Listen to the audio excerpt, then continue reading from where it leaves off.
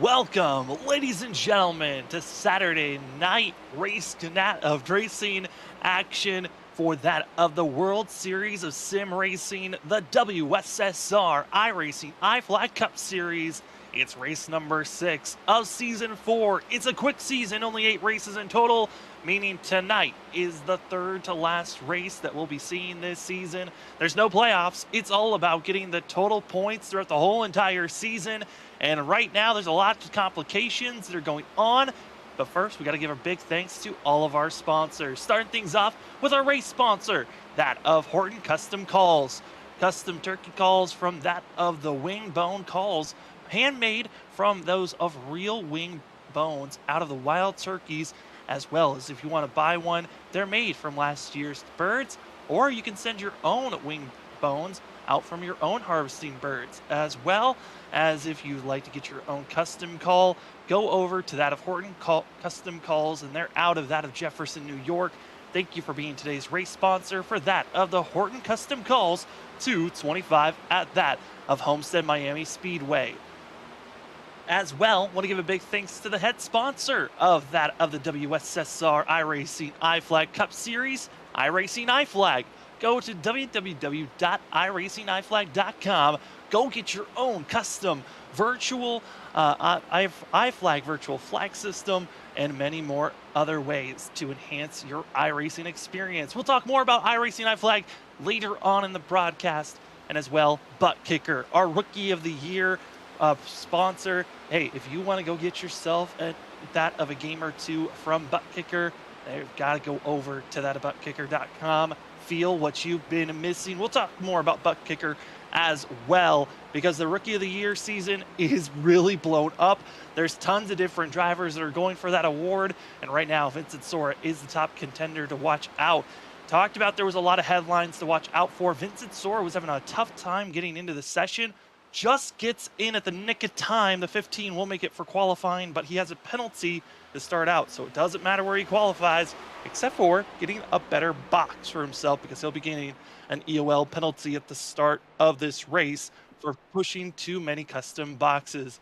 For pushing too many pit boxes, that of last week at Talladega. The drivers are getting ready for tonight, but it's a bunch of change that's happening. The drivers just got an update from iRacing this week, and it has changed the whole entire faction of how you race at these racetracks. You got to be a lot more gentle, got to be a lot more smooth, and it's going to be fun to see how the drivers can strategize. But for us up in the booth, it's going to be fun to be calling this thing, seeing how the drivers have to strategize all throughout the night, and giving you the call here on Freaky Fast Broadcasting. It's myself, Sam Dyer, as well as Robert Moyer, going to be joining me as well. So he'll be doing double duty as well as doing production. Robert, we're getting ready for qualifying, but man, it's good to be back in the booth for another race here for the WSSR. That is correct, Sam. That's right, man. Get ready. We're going to have some fun here at Homestead. And like you said, there is some stuff that changed around here, with the new update. So we got damage model now in these cars. We might see some sheet and metal, flying off the track, flying off the cars onto the track. So it's going to be very interesting, like you said. So, there's a lot of changes, and we'll have to see how these guys navigate here tonight, man. Yeah, that damage model gonna be a big thing to watch out for. These Huge. drivers can be getting themselves very destructive on the outer and aero side of things for these vehicles. You could be blowing up your tires, and they could be shooting off of the car, as well as a little bit of a, I don't think it was meant to be, but the engines for these cars are a lot tankier than they used to be. We're blowing up the engines for these next gen cars, now what we could call the current gens. As you see the two, Danny Cochran now feeling comfortable in that go on his lap. He'll just throw it into the outside wall, he'll reset. But for a lot of these drivers, they're recognizing they've got to figure out this new car, as well as the new tires that they're going to be working with. Here for qualifying, it won't be too big of a factor to watch out for, but during the actual race, the tire drop-off is very drastic, and it doesn't plateau like the old tire model. It just continues to get slower and slower, as the tire model before we got this most recent update. Robert, the drivers were only getting about a second drop-off on their tires compared to their fastest lap when we got into a long run, expecting to see 2, maybe 3 seconds off of their fastest lap when we get into those extreme long runs. And that's huge, Sam. 2 to 3 seconds compared to 1 second. Like you said, these tires used to fall off really slowly. Now they just fall off like a cliff. And these guys got to get used to it and try to figure out how to save the tire as long as they can without overdriving the car, and figuring out what line to do here at Homestead. And, it's a whole new learning curve for every single driver out here, as right now we got Cedric Hunter going up on top of the board there with the 33.6. And as you can see, last week's winner there, Stempian with the 33.6. But, it's going to be all about saving tires and trying to figure out tires. We ain't going to come down the fuel. And also, again, go back to the damage model, Sam. We got the damage model now. What are we going to see in that? Guys are going to get, hit in the wall or something and then have to try to limp their car all the way around, to get it fixed. So that's going to be interesting to see. So there's just a lot of things that up here in the booth for us is unknown. We really don't know, same as the drivers. Yeah, what's interesting with the new damage model is, yes, if you get damage, you don't get it repaired, you're going to be a lot slower. But because the engines actually do not get completely destroyed, you easily can get the damage repaired if you spend the time and get those repairs done. You actually could still run just as fast as your car was never damaged. So we could be seeing drivers that look damaged but still running fast if they spend the time to get the repairs done. That's going to be the key on how much time you Hmm. want to be spending in pit road, or do you think you could just work with what you've got? But talking about new things, we've also got new drivers going to be out on track. We've got a good collection, and each week it seems like we got a new batch of drivers coming in. This week, the biggest batch besides our first week of racing of rookies. And I'm excited to see how some of these rookies are going to do. Some of them are names that I've covered in other series, and some brand new drivers for us to be calling here on Freaky Fast Broadcasting. Oh, that's it. Some of the new ones in a different, league and other stuff that you called with broadcasting. And one of them is Limpkin. What can you say about him? I know he's a pretty fast driver from what I seen over at LSR TV and him racing there. But what do you take away from him coming in here with these next gen cars? Yeah, Justin Lumpkin going to be one of those new drivers. He's going to be in the 61. Looking like for Lumpkin, he's going to decide to start on pit road. Doesn't want to put himself in a risk. That's actually what a lot of these new drivers are going to be doing. Lumpkin's going to be a driver. He's coming in part of the team with that of Jamie Lee Dunnings, who's been racing here for a while. But Lumpkin, he's can be quick at the start, but it's more strategy that we got to watch out for the 61. He's going to be a driver that if he gets placed in a scenario where he wants to change it up, put himself in a better positioning for what he thinks could be better for a longer run stint, watch out for the 61 to try to test some risk here, especially tonight at Homestead, where drivers could be picking and choosing when they want to use their tires. They got 4 extra sets in pit road, but with this new model on the tires, damage, just car in general this week, you never know what we're really going to see. Everything that we once Right? knew, just throw it out the window. This is Yeah. all brand new racing we're going to be seeing for these drivers, and it's going to be fun for us up at the booth to be learning, as well as for you in the audience to see those drivers that were dominating, such as Vincent Sora, that is our points leader by that of 30 points over Zach Hall. Can he continue that consistency and dominance? But he's going to have the toughest road because he's going to have to start back in last place. But for the rest of the field, the qualifying's done. It's time to see how these drivers are going to get set and ready for tonight's race at Homestead as we take a look at our European Wax Center qualifying results. Taking the top position, getting your pull award, it's going to be Tom Sinchak trying to break the curse that he's had all season long. To his outside, it's going to be that of Brandon Colley. Chuck Sweeten's going to be in 3rd place with Cedric Hunter in 4th. Brian Johnson, the most winning driver in this series, going to be in 5th place with Zach Hall to his outside. Then in 7th place, we've got that of Bryce Calder, who's going to be in that 7th place position for the 9, as well as John Peel in 8th place. Last week's winner, Steven Stimpians, fell all the way down at 9th.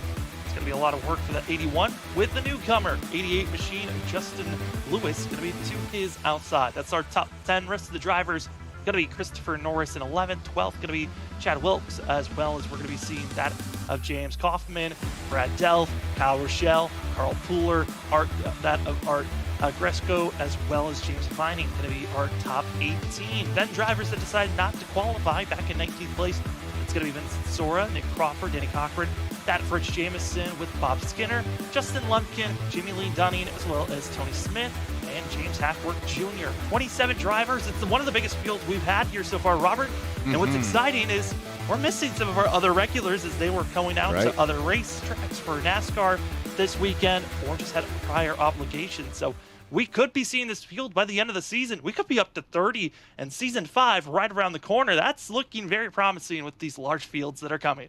Well, that's right. I mean, like you said there, Sam, we got season 5 coming up, ladies and gentlemen, and we just had a meeting with these guys, and we have signed on here at Freaky Fast Broadcasting for another season with WSSR iRacing iCup series, and hopefully, iRacing, iFlags, stays with these guys. But more detail to come with that, anyways. But yeah, like you said, I don't see why we ain't gonna have 30 to 35 cars starting next season, which is gonna be awesome. These guys have been working and showing some great racing. But back to the race now here, Sam. I got a question to ask you. We have Tom Simchek on the pole. You just said it during the rundown. Can he break his luck? Is tonight his night, do you think? Hope so. But I hope so. But Homestead, looking at Thompson Check's record from our side of things of covering him, this has not been his luckiest track. So he's got a lot of different curses tonight that he's got to break. But honestly, we're hoping for the best for Tom. We know that he's shown speed. There's been tracks where he's looked dominant at, but that's the thing of racing. It's that 80% of skill, 20% luck that you need if you're going to get to victory lane for these drivers. And that's the one thing we're excited about, and seeing how these drivers are going to hold on, as tonight we're getting ready for 150 laps of hard racing here tonight. Again, Vincent Sora is going to be starting with an EOL. Bob Skinner is going to start on pit road if he gets in. The rest of the field, they're ready for the pace car to pull in. There we go. It's time for the Horton Custom Call 225 here at Homestead Miami Speedway. We're green for that of race number 6 of season 4 as they're heading down into turn number 1. It's going to be Tom Sinchek, that of Kali, but who wants to be the most aggressive? And watch out here, Robert, on the exit of turn 2. These rear ends, they're going to want to kick out. They're going to want to kick out here, and this is all new to them because now they're in a pack racing. They did practice through the week and tried to figure out what they're going to do with these cars. But right now, you can see up front here, the top line is sticking with the low line as Tom Simchek goes into turn 3 and 4. You got Brandon Colley looking on pretty good on the outside there, and it looks like he's going to get the momentum. And I don't think that number 8's going to have anything down on the low line just yet, as that top line looks a little bit stronger right now, as Cedric Hunter is going to push Colley down into turn number 1. A very aggressive pushing, but like we noted on some drivers, they're thinking about the long run already. If you're going to be aggressive this early on, you're going to have to save your tires double moving forward. You can be aggressive, you can take the lead, but you know you're going to be caught by the end of your long stint, especially because stage break going to be at the end of lap 40 for these drivers. We're expecting at least one full run. Not expecting any of these drivers to have to come into pit road during this stint if we stay green, but the tire factor is going to be a big thing to watch out for. And Tom Sinchek continues to fall back from pole back to 5th place.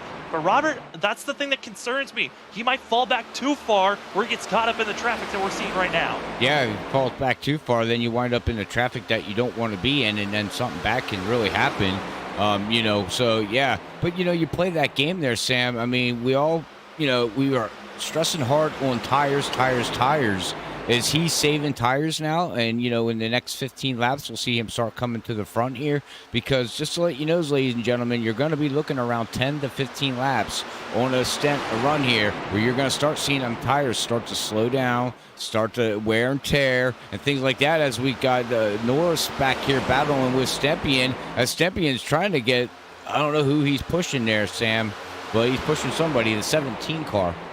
Yeah, 17. That's going to be that's Chris. Chad Wilk, who's going to be making his move forward. And got to say, for Stipien, certainly an interesting spot for him to be in at the moment. But there's drivers going all the way up to that 3rd lane in the middle of this pack. And I'm just seeing a little bit too over-aggressiveness here for the drivers in the middle of the pack. But also they're feeling that draft and seeing a real pull that's forcing these drivers to get what we call plowing, or getting tight on the entry of the corner. Whoa. Where the car just doesn't want to turn. And especially like on the exit of the corner, these drivers are going to get tighter and tighter as the run goes on.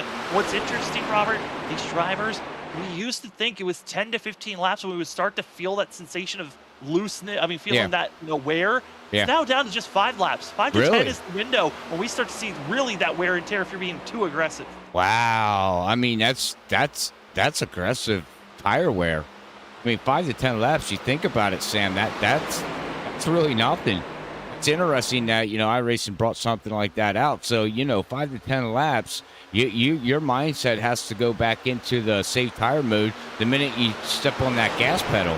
But like you said, these cars are going to start getting tighter and tighter and tighter. And I think as these cars get tighter, that top line is going to be the preferred line where you're going to want to go to be able to guide that car up to the wall, try to get the straightaway speed that you can. As you can see, Chuck Norris right here on the outside, Steven Stempien in the back here. You got Christopher down there on the bottom with Chad down at number 17. Don't have a paint scheme as, Christopher got really loose coming out of turn 2 there, Sam.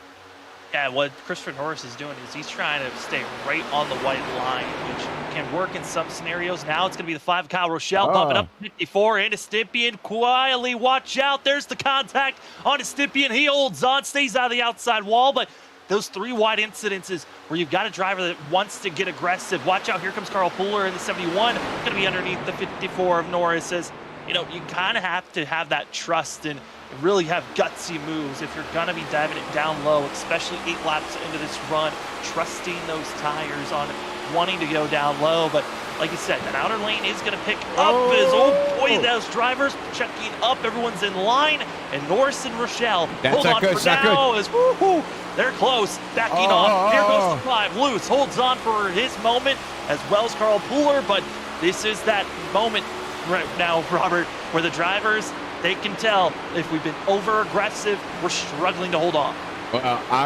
You want to talk, and we normally don't talk about Christopher Norris being a very over aggressive driver, but holy crap, guys, he was all over. He had Kyle Rochelle going sideways, and now he just scraped the wall. I don't know what Christopher's doing right now here, Sam, but he's being way aggressive. I think too aggressive for my opinion. I think also he might be dealing with a little bit of that right side damage. He's gotten close to that outside wall a couple of times. Yeah. And he's certainly been trying to just make the outside lane and just, he's kind of floundering at the moment to hold every position. And little bit of rubbing going on there. Rubbin's racing as Delph gets close, but they get to the corner. That's just slamming as they hold on for now. That's right in front of Nick Crawford. Crawford's going to be put the pinch on the outside. We're going to go 3 wide once again as here comes the 88. That's going to be Justin Lewis, who's going to be putting himself in a situation, but watch out for the 11. If Delph pushes up, he'll hold down on the inside, but he's going to get loose for the 14. But here comes that outside run.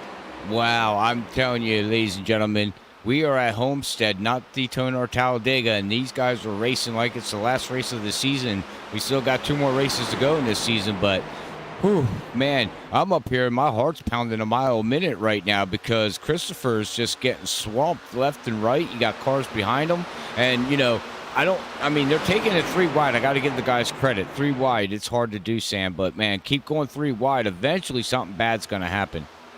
Yeah, and you can Christopher, hang on. You can tell some drivers, they want to get going, and there's just the stall out motion that's going on at this moment. As here comes the 4 of that of Dunning, as well as going to be my God, 5 more wide for a moment, but it's going to be seen. Watch out for the 11. He might try to push the issue, but at this moment, you kind of have to trust and believe in, for a lot of these drivers, they've raced around one another for almost a year for some in other leagues. So you kind of can tell which drivers you can go to the outside with, others you can attest. But here comes the 4 pushing up on Crawford. Crawford gets forced to the outside of Norris, and we'll try 4 wide again for a quick moment. As here we go, cycling through, still 2, 3 wide. But this is what the middle of the field gives you, as well as Homestead, that progressive banking. So many different lanes can be utilized, and that's why we get to see this type of pack racing in the middle of the field. But up front, what's wild, they stay single file for now, except for the lead. It's side by side. It's going to be that of Brian Johnson, that of Colley, battling it out, and Johnson wants that lead now. Yeah, he wants it now. Not only that, as he slides up and almost gets into his teammate there. No, he's not on that team. Sorry, I do apologize. He is not his teammate. Well, kind of is, if you want to, go that route.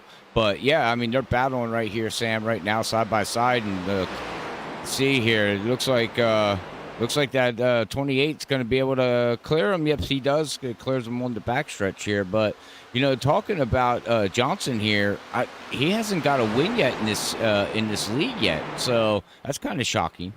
Yeah, this season has not gotten the win. And Yeah. if you think back to all the other seasons, he's won multiple races each season we go into. And I think the big thing for Brian Johnson, it's been more of the luck than anything else. He's had some decent finishes. Of the 5 races he started, he's had 4 top 10s, 1 top 5. But the big thing that's been hurting him, not the strongest finish at Talladega last week, but it's just been Oh, finishing outside of the top 5, just here or there. That's been hurting that of the 5, but I got to say, this middle of the field still very chaotic. And Robert, I wouldn't be surprised if we get a caution here in the next 5 laps or yeah. less, just because of the tire wear issues that are coming in and drivers starting to tighten up each lap that goes on by, which means more 2-3 wide action going on.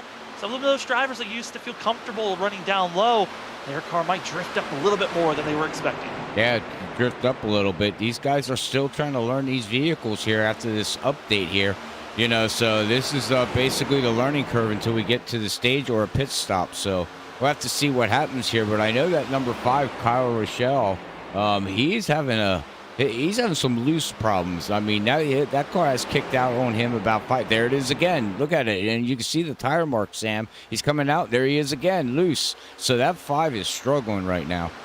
Yeah, the term is tight in, loose off. You have to turn so much to try to get this car just want to turn into the corner. And then when you get to the center, there it is again. Turning it so much that the rear end just kicks out on you and you're overturning, and it just makes you feel like what we're seeing there from the 5. Overcorrection could be the detriment of that 5 in this whole entire field. If he makes any type of mistake, we're right on board with Kyle Rochelle here. Just get a sense. The rear end is kicking out. Just the center of the corner, like I talked about. He's turning so much that it just ruins the rest of the corner. Yeah, I mean, he's literally, let's see if we can get into the cockpit here and watch his steering wheel. You can look at him seesawing that thing around. Oh, as we got the 9 getting loose. And now that 5 is struggling, Sam. Oh, he's they're struggling 4 wide right now. Look at this. And oh my God, Kyle Rochelle, I got to give you some credit there, sir. You are hanging on to a car that is mean and evil right now. Yeah, for Kyle Rochelle, one of those drivers we talked about that, we're going to see some that try to get aggressive early on, and then they're going to feel that drastic drop off. And that's what the 5 is dealing with. He climbed up to that 10th place. Major move up for himself. But once he got up to the top 10, it has been a falter, drop off. The cliff of these tires are gone. He's now just struggling to find any type of grip. And now battling with Delph as we move up to see some of these drivers that are up front. This is where we find last week's winner of Steven Stympian. And honestly, for a lot of these drivers, they've got to be questioning on how aggressive do you want to be, how patient you can be for yourselves. 2 drivers that are moving up together, Danny Cochran, Vincent Sora, they're now coming closer and closer to the top 10 here, Robert, as we get to check to see how the 81's rolling. But for Vincent Sora, had to start from the very end of the line because of last week's penalty of going through too many pit boxes while coming into pit road under green flag pit stops to finish out last week's race. So the 15 penalized, but he's climbing up with the 2. Yeah, he's climbing up with that 88 and the 2, and you can see him right now. He's working on Lewis.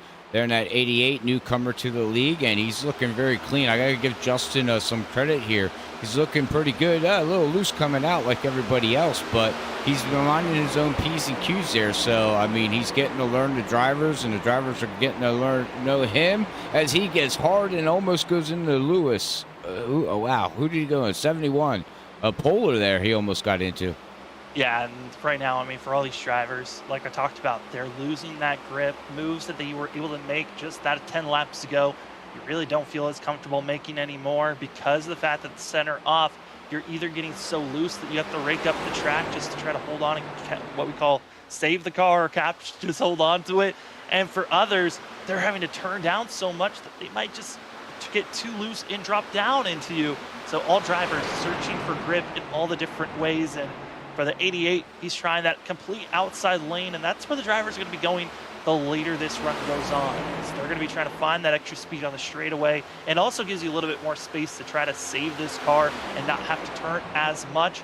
But the downside is that you could be finding that outside wall if you just get a little bit too tight, too loose. Oh. That's exactly what the 88's doing, is just getting so close that it makes us feel that anxiousness, but still getting the runs out of the corner as Vincent Sora now going to be making the pass with Danny Cochran over Stympian.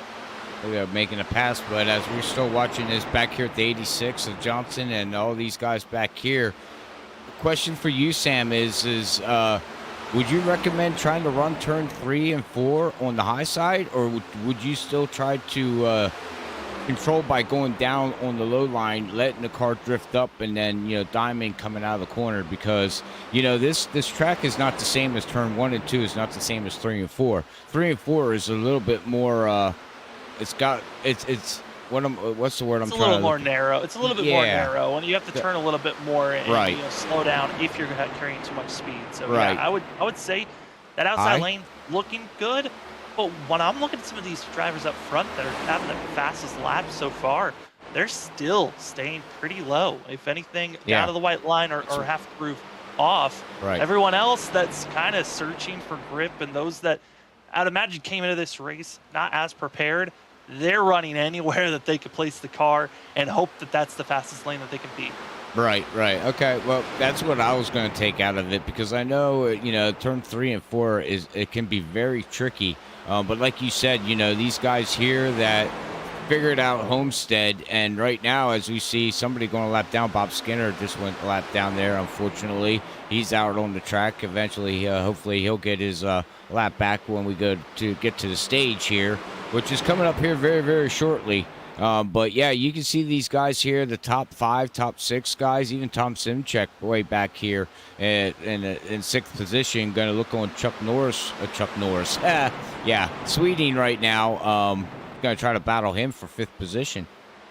Yeah, taking their time right now is the key thing for that, I would say, for Sweeting and for that of Simchek for that 5th and 6th position that we're seeing here on screen. Both these drivers, both have lost positions, but more have been on the patient route, recognizing, all right, we are going to take the long run, hope that our tires, by saving it, we're going to just be naturally faster than the drivers ahead of us, and we don't have to overuse our tires. But for our top set of 6, I would say, they're all running very consistent times comparatively to one another. There's not one driver that's overusing their tires and the other driver.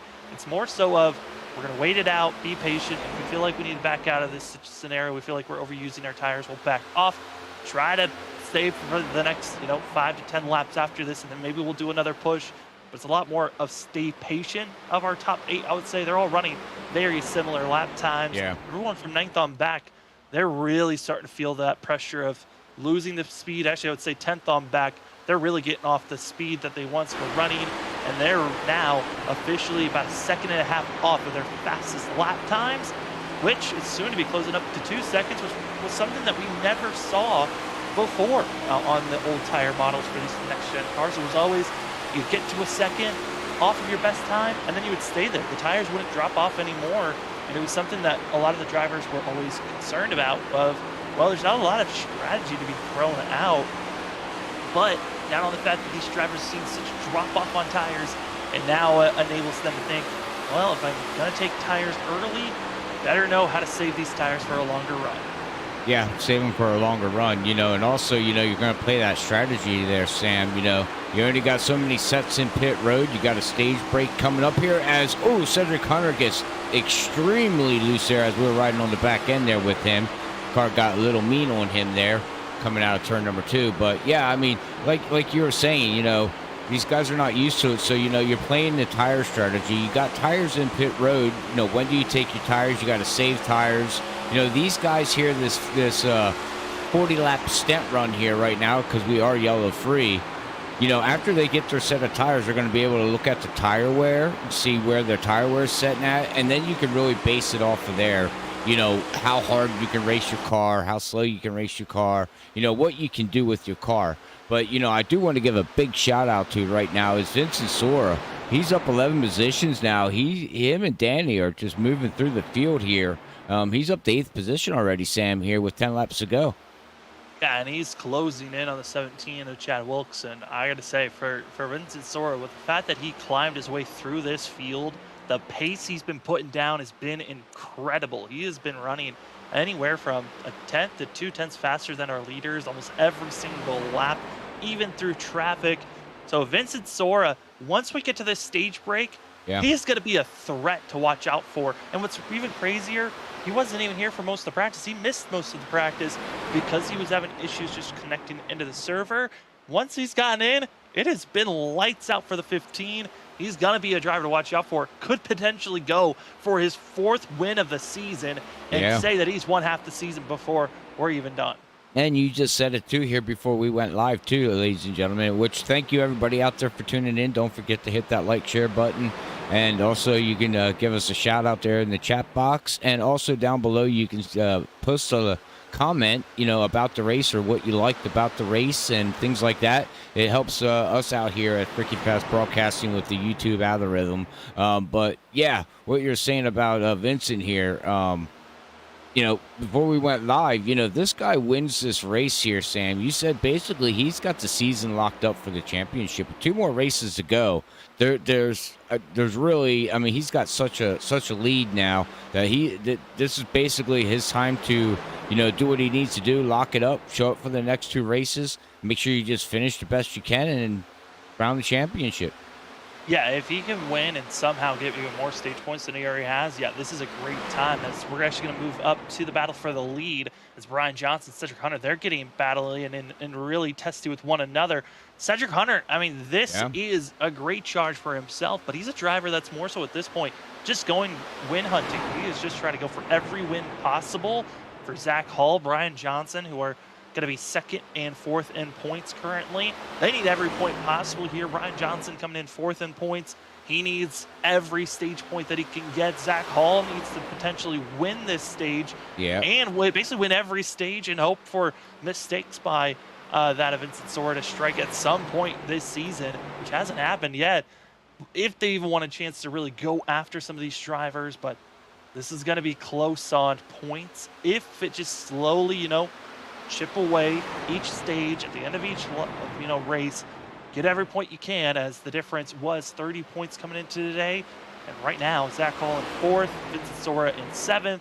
That's at least 3 points that you're grabbing for that of Zach Hall, and for Brian Johnson, that'd be an extra that of 6 points that he'd be grabbing over that of the 15. So trying to get everything possible at this moment. But an interesting call, that of John Peel into pit road for the 70. That is at 5 laps before the stage. That is an interesting call here. So we'll see how that all works out for him to save the tires, with 4 laps to go, and he can leapfrog here. But you remember what I said here at the beginning of the broadcast, Sam. Watch out for Cedric Hunter in that Hello Kitty car. He really likes Homestead for some reason. This is his track, and he has fell back, and now he's up here in the lead. But you know who else is on the move now? Tom Simchak up to 2nd position. He fell all the way back to 6th position here, and 36 laps later, he is now up to 2nd, our pole sitter. So he might have something for this Hello Kitty car. So, what I'm seeing right now out of all these cars is right now, I do believe the top 8 guys here all have a possibility to come down to the last lap and battle each other for the win. So stay tuned to the end of the race, ladies and gentlemen, or, if you have to go somewhere, come back and see the ending, because I got a funny feeling we're going to see some battling coming through 3 and 4 there, Sam. Yeah, it's got to be a close one here, especially on last lap. Being 3/10 faster than that Cedric Hunter, 5/10 faster than Brian Johnson. The 8 is on the move, and what a special race this would be to win, as it was his family company that actually was going to be, I believe it was his uncle who owns that of the Horton Custom Calls. And so he's actually running the Horton Custom Calls on this 8 machine. So it would be a special race for this 8 to finally break his curses and get himself into victory lane, or at least show a lot of promise and finish a race. That is the ultimate goal for this 8 machine, is just finish the race this season. And right now, looking strong for himself. And you talked about 2 laps to go. Well, he is right there on the back bumper. Here comes the 8 of Tom Sinjek. 2 laps to go here in stage number 1. Yeah, we'll see here 2 laps to go if he can catch up to Cedric Hunter here, as he's faster than Cedric right now, and we'll see if he can do something. But yeah, I mean, right now, we were laughing last week at Talladega. He finished in the top 20 finally. He finished in 18th position. So we were just rooting for the guy to finish in the top 18 here tonight, and get that monkey off his back. But like you said, Sam, if that 8 machine can get the win, wouldn't that be something, and that'd be awesome to be able to say, look, I won the race, that somebody that I know, company, is sponsoring the race. So that's an awesome deal. Just right there, on top of getting the win. Coming in strong. That last lap, a little bit less than that of 1/10, faster than Sinchek. So he's closing in the gap just is not as fast I think the 8 wants to be, and he's not close enough on this going into turns 3 and 4. But Cedric Hunter keeping at the pace, keeping at the rhythm, and he is going to be good to be coming out of turn number 4 to take the stage break here. But here comes Sinchek, a late charge for himself, but just not close enough. As across the line, we wait for our top 10 to all come across. That means we got to wait for Jamie Lee Dunning, who comes across. Yellow flag waves. That's our stage break here for that, for these drivers. And got to say, that was a very strong finish for Cedric Hunter, but also even bigger thing to watch out for is Tom Sinchek, who waited till the very last moments to really make that strike. And a lot of information can be grabbed there by these drivers on when and if they want to come in and take those, the major steps of the tire wear. This is a very good stage to take all that information in for. Oh, most definitely. I mean, you're going to get to be able to see what your tire wear is, like I said, see what you're doing, see if you need to work on saving the rear tire, your right front tire, stuff like that. So that's going to be very interesting to see. We got a lot of things that we got to take away from this first stage here, Sam. Yellow free, ladies and gentlemen. So we had 4 wide. We almost had 5 wide in the back. Cars sliding all over the place. Cars bumping into each other. And you know what? They all held their ground and did what they needed to do. So I just got to give bravos to the whole field. You know what I mean, Sam? Because these cars are a trick right now after this update. They're still learning all that, how this all works. So good job, guys. Yeah, absolutely incredible to see how they ran there and keeping it good for themselves, as our top 10 drivers going to get bonus points. Cedric Hunter, Tom Sinchek, Brian Johnson, that of Brandon Colley, as well as Chuck Sweeting, Zach Hall, Vincent Sword, Danny Cochran, Chad Wilkes, that of Jamie Lee Dunning. Going to be your top 10 drivers getting bonus points at our stage break. And as drivers heading into pit road, we're going to step aside real quick. When we come back, the rest of the race here for the Horton's Custom Calls 225 at that of Homestead. It's been a stellar race so far. Can Cedric Hunter hold off? Or can that of Vincent Sora back in 7th make the late charge? We'll find out when we come back. Drivers, start your engines!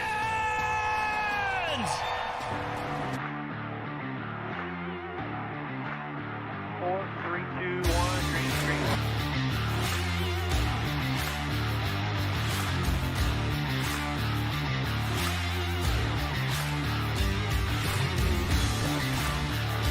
No rear grip whatsoever, up sideways everywhere. Come on, man, do what you can.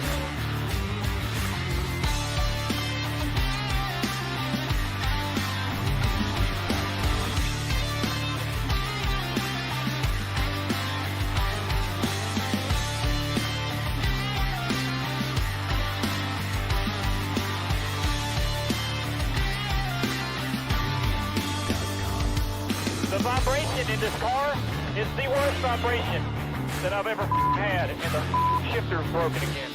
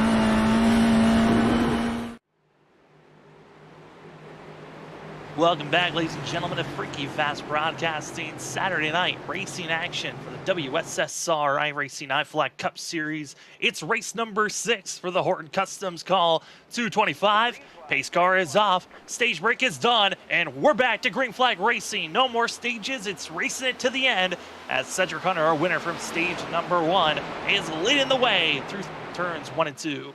Yeah, he leads it out, really. He got a good jump there over Tom Simchek and Brian Johnson.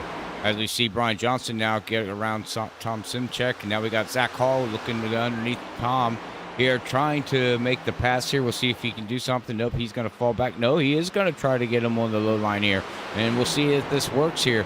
And we're going to find out, who learned and who didn't learn there, Sam, on how hard they can race their cars and vehicles and what they need to do on adjustment-wise. So we'll have to see here in the next, like you said, 5 to 10 laps. Yeah, those drivers in the middle of the field, that's all they're thinking about. These 5 to 10 laps, start this stage off. It's all about how aggressive you want to be. But for Tom Simchek, he was the most passive of all the drivers. He waited until this final, 30 laps into a run, then made his final push with 10 laps left in the stage, get up to second, almost taking the lead position there. A lot of these drivers going to be pushing all over the place on how aggressive they want to be as we're riding on board with the 4 of Jamie Lee Dunning, and this 4 machine certainly has been making a great climb. Currently our biggest mover of the day. Vincent Sora as well has done a great job moving his way through this field, had an early EOL, had to start all the way back to the end of the line and up to 7. A lot of these drivers trying to get as many big moves as possible, but those that are patient, I think they're the ones that are going to be taking a good chunk later on track position. As you see the 4 getting aggressive here on the outside as we're right on board with the 4th. Pass from the lead has been made for that of Brian Johnson. Let's take the lead from that of Cedric Hunter. Oh, well, we know Cedric Hunter, he's probably backing off, saving his tires. We'll see him. We've seen it in the first stage. I wouldn't imagine if he would, he's going to fall back here again. It looks like Tom Simchek is, Zach Hall's going to get around him. So, we'll see what Brian Johnson and Zach Hall learned from that first stage. And Cedric Hunter's got his notes down as he's got Brian Johnson. He's got Brandon Colley behind him here. So we'll see what these guys do here as they're single file here, and just running their race, taking it easy. And, they're all these drivers that don't look like, kind of looks boring if you're out there watching it. I get it because you don't see hard battling and you don't see people racing hard. It looks like they're not racing hard. Well, they're not. Some of these guys are just, Sam, they know I got to take it easy. You got to save the tires. I mean, from what, we understand, and we're drilling this into people's heads here. Tires, tires, tires. And we don't want to keep talking about tires, but it's such a crucial thing, to work your way up through the field or at least hold your position as we watch Colley get under Cedric Hunter now, falling all the way back to 4th position. It's the major thing that we have to keep on talking about are those tires. And, tires. If you want to see hard racing, our top 10 probably isn't the place to be. But we know that the middle of the field, where it's been chaotic in their first about 15 laps of this race, they're starting to get a little bit more aggressive for themselves. It's now trickled into 8th place, where that of Dunning and Cochran, they're getting a little bit frisky for themselves. Same for Vincent Sora. Starting to see those 2-3 wides even deeper in the field. And I think it's the big thing for these drivers is some feel like I need to get aggressive. I lost too much ground. And others recognizing I can be patient, I can be passive. And for our last week winner, that of the 81 of Stympian, he almost was caught up in the sandwich with limitless drivers. And now drivers carrying their momentum, trying to place themselves in every little hot and hold and the nook and cranny they can to get themselves moving forward. I mean, these guys, we got the 11 going in. No. Hang on. What a save by Nick Crawford. He continues to point in the right direction. Driver spinning around. That's going to be 61 of Justin Lumpkin, who's going to have to go spinning around. He stays back on the racing surface. We stay green. But honestly, 2 amazing saves where we could have had a yellow strike. Big time. And that all was running side by side, there, Sam, like you said. And, eventually that car's going to slide up and run into somebody by accident. And it happened twice, but these guys saved it. And you got to give credit here as you still see Nick Crawford, Kyle Rochelle, and that number 33 machine there, James Vining. He's trying to battle right now with Carl Pooler right now. No, that's Nick Crawford. I do apologize, man. I'm getting everybody's names messed up here tonight. I mean, a bunch of these drivers also are kind of changing up their schemes on us just slightly here or there. That too. And, some schemes we're used to for them running, maybe they're not running the same one as James Vining in the 33. Got him careful. Here comes the very aggressive 5 of Kyle Rochelle. And oh no, he overcorrects, comes up, misses that Adelph, but many others in front of him have to go scattering across. And that brings out our first on-track yellow as the 33 of James Vining brings it out. And somehow, I don't think he hit any other drivers, but he was very close to Delph there. I don't know how no one ran into him. We'll go back here on the freaky fast replay, but man, oh man, that was crazy, Sam. And we were just talking about it, and next minute you know it happened as you see Kyle Rochelle getting down up underneath him, and I think he took that. Nope. Did he? Yeah, he clipped him just a little bit, and that just sent the 33 around. You see Brad Delph. Oh, he almost loses it. Oh, who's that there? Oh my 61, and then that's going to be also the 16. There's Hackworth Jr. going by in the 23, and wow, somehow should have been at least 2 or 3 other drivers collected into that thing, and no one else was. Yeah. You know what this helps out too? This helps out Justin here back here that just spun around going, out of turn 3 and 4 here, and now he gets the yellow and he can go in and get tires and stick with the field. So that's a timely yellow for that gentleman right there. And also, strategy. As we're going to see about half the field think about coming into pit road. Will they take tires or just fuel? That's the key thing to watch out for. We were green for about 11 laps, and I talked about it, Robert. 5 to 10 laps is the window when you really start to see those tires fall off. And we're seeing drivers taking tires under this pit stop. Very interesting here. So, if we don't see no more yellows here for the rest of the race, about 100 laps left to go. These guys that did stay out are going to have them tires, but they're going to lose ground here to the fresh tires that everybody just pitted, Sam. So very interesting, which it looks all the way back to Christopher Norris right now is going to be looking there in 11th position on back, is going to have fresh tires. So, eventually them guys, if they save their tires, should be able to move up through the field. But the question comes, Sam, these guys that did not pit, They know how to save tires. They've shown it in the first stint. Now, can they hold off the field? And if they hold off that field that took new tires, well, then they got the advantage. That's the key. Yeah. What is the major difference? I mean, I know on the old package that it was very easy for drivers to, about anywhere from 5 to 10 laps in the old package, you were flying by everyone else. You really felt like you were Superman, and there was no one else that could stop you. And now with how bad the tire drop-off is, I'm expecting this to be way quicker on these drivers going on by. Also want to give note, some of the drivers that did come into pit road, some only took fuel only. Christopher Norris, James Hackworth Jr., both only took fuel only for themselves, as well as that Rich Jamison and Bob Skinner. Rest of the drivers that came into pit road did get themselves 4 tires and fuel. So we're going to be seeing drivers changing this up. Not surprised by some of the drivers taking the risk. They had 4 sets of tires in pit road to work with. Now for the drivers that have come into pit road and taken their set, they're left with 2 more sets to finish out this race with. Interesting. This is going to get very interesting here. We had basically a standard race going on right now, and now with that yellow coming out, this totally throws a monkey wrench into everything now, Sam. So we'll have to see how this all plays out, ladies and gentlemen. Again, thank you for tuning in here at Freaky Fast Broadcasting. Hope you're enjoying tonight's content here at WSSR iRacingiFlag Cup Series here with Sam Dyer and Robert Moyer calling all the action here. So thank you for everybody for tuning in out there, as looks like we're going to get ready. Yep, we're going to get ready to go back green here. They're going to get double file, pick their lanes where they want to go, Sam, and we're going to get ready to rock and roll on lap 59 of 150.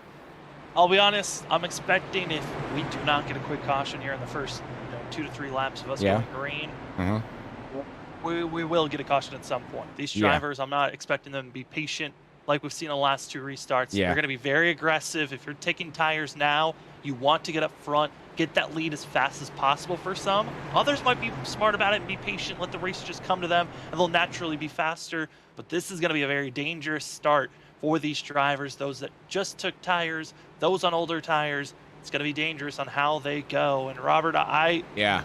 if I'm in those drivers around 6th to 12th place, I'm not feeling safe right now if I'm on those older tires. No, and as you were talking, I'm sitting here in my brain thinking, you got your new tires, and like you said, you want to utilize them new tires, and you want to get as many positions as you can or get up to the front, and that's great. You could do it for the next 5-10 laps, but then you're going to pay the consequences later in the run. So who saves it and who doesn't? Well, ladies and gentlemen, we're going to find out as the green flag is out.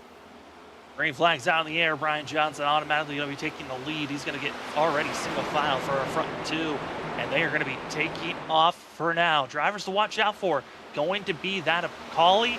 Also going to be watching out for that of Zach Hall. They're going to be the drivers with the freshest of tires. You're going to see them on the inside trying to make some big moves, but up front, looking good for Brian Johnson, Cedric Hunter, Chuck Sweeting right now as well. Going to be single filed out. First side-by-side interaction could be for that of 4th place.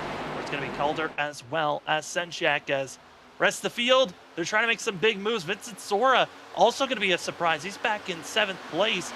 I thought he would have gained a lot more position, but he's been so patient on these tires. He's not trying to throw away all this track position by being up front for now. But watch out for this charge from the 1 and the 24. I'm expecting it to come here in just about that of 3 to 4 laps. They might not feel like they need to be over aggressive now on these tires, but we're about to see that charge here very shortly. We're going to see the charge, but there's a driver that we have not talked about yet all racing. That's at number 9 there. Up the 5th position here, Sam, and he's about ready to battle Tom Suchek to try to get 4th and 3rd with Cedric Hunter. And you also got Vincent Sora now getting up underneath. No, that's Chuck Sweeney. Sorry, almost same paint scheme there, same colors. The number 75 is trying to get around, Cedric Hunter here, man. And I'm messing up everybody's names tonight, Sam. I do apologize. Sometimes it's just one of those nights where we just always feel a little off. It's been a off. long week. Sometimes we get those off nights. I think everyone's understanding that we get these nights. I get these nights sometimes. Where you get people's names mixed up. And we got a bunch of new people. It makes sense. It's going to strike at I some thought point. Chuck Norris was out there. I mean, if he was, no one else would be racing. That's for sure. He would have already won. Trying to chop everybody. Sure. But I got to say, for Chuck Sweeting, though, he certainly is going to be a driver to watch out for as the longer run goes on. Because if we get into a fuel stint scenario, that 75 is well known for having great fuel mileage runs. I wouldn't be surprised if we somehow go into a long green flag run. That 75 is going to be a driver in my eyes to watch out for. But watch out for the drivers in the middle of this pack. All those that just got 4 tires, they're now starting to get mixy here. And this is what I was getting concerned about. If we were going to see a wreck, it's in this stage where drivers are trying to move forward on new tires and old tires are faltering backwards. And also the old tires are trying to hold their ground as we got Steven Stempian trying to get underneath Carl Poole there in that number 71. He's going to go down into turn 3 and 4 here, ladies and gentlemen, as he gets up underneath them. And right now, like you said, the progressive banking here at Homestead, Sam, it is side-by-side racing, and you literally can't get away from each other. And this is, I got to give iRacing, credit here. They really made this track really racy. Top line, low line, there's grip all over the place, and then you got the tire strategy going on, and man, there's a lot to talk about there. Yeah, it certainly is. I think the one thing that's more interesting is that, there's some contact going to be happening. Delph as well is going to be that of Kyle Rochelle bouncing off of one another. They're going to keep it straight. Well, that damage is going to be hurting the 14 a lot. Watch out for the 5 as well if they're going to be making any more contact. That 5 could be drifting up as he's getting close to Carl Puller. And Kyle Rochelle, most notable for being over-aggressive at times when he feels trapped and he feels like he should be up front. He'll get a little bit too aggressive, drive over his head and make mistakes. And right now, it seems like that's what the 5 is feeling. He wants to get moving forward. He feels like he should be in the top 10. And right now, stuck back in 16th. He's going to make every aggressive move possible at this point. Yeah, I mean, I get it.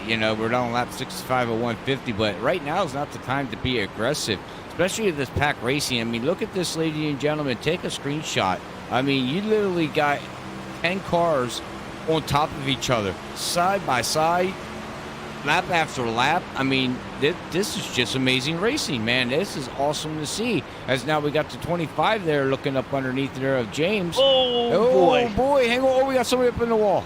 That's going to be Christopher Norris after contact between himself and the 4 of Dunning Lee.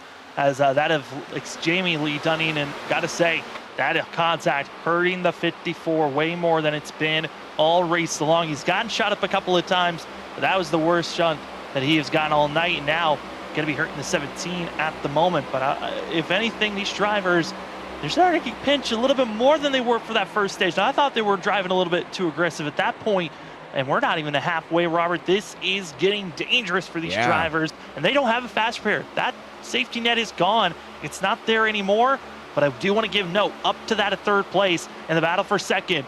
I talked about that of Brandon Colley, Zach Hall. They were going to start making their charge forward. They've done it, and here we go. 3 wide going to be going on for the drivers battling for that 5th place position, and it's going to be that of Cedric Hunter stuck in the middle, going backwards. But here, watch out for that Justin Lewis. He's trying to make a charge here with those fresh tires in that 3rd lane.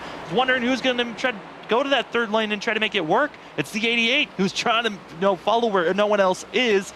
Not getting checked up, not losing any speed, and there goes that 88. That 88 is fast here. He started out way almost into the back middle of the field here tonight when he qualified, Sam, and he's actually on a roll right now. I mean, he's looking good, and like you said, now new tires versus old tires. This is where we're seeing the new tires overtake the old tires, and people in the front here trying to work their way around each other, and it's only going to get more aggressive as you're going to see the tires fall off and plateau the old tires. But once we do make this one pit stop here coming up here very shortly, that's all going to flip around unless these guys decide to go in and take another set of tires. But then that don't leave them with no more sets, and because they just took a set and they took another set, they're out of tires here with about 50 laps to go, or roughly there if they pit around 100.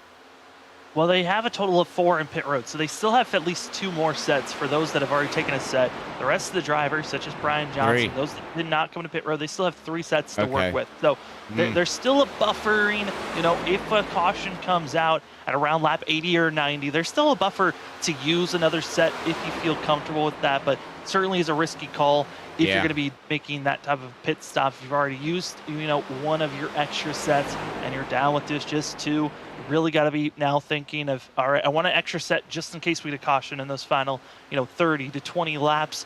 Otherwise, you're just playing with 1 set for a lot of these drivers right now.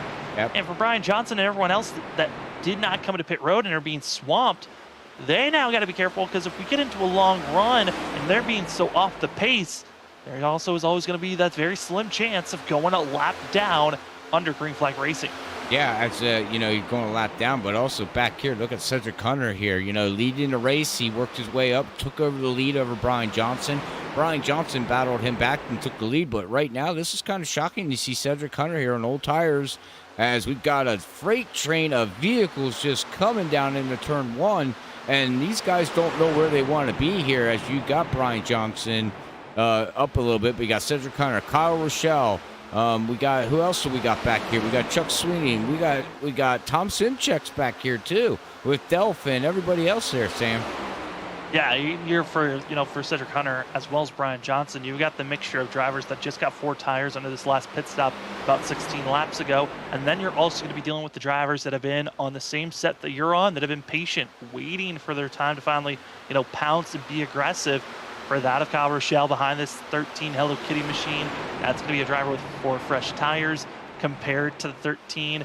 Then you look at a little bit further back, it's going to be the 4 of Jamie Lee Dunning, who's going to have the fresher tires. Same for that of the 14 Brad Delph. But both those drivers make contact with other drivers, so they're having to deal with a little bit of aero issues. So you're going to be seeing a lot of different passes going on here in this, right there. It's going to be a pass for 9th place. And those are 2 drivers of Tom Sinchek that we're right on board with. Chuck Sweeting, both are on those older tires compared to the rest of the field.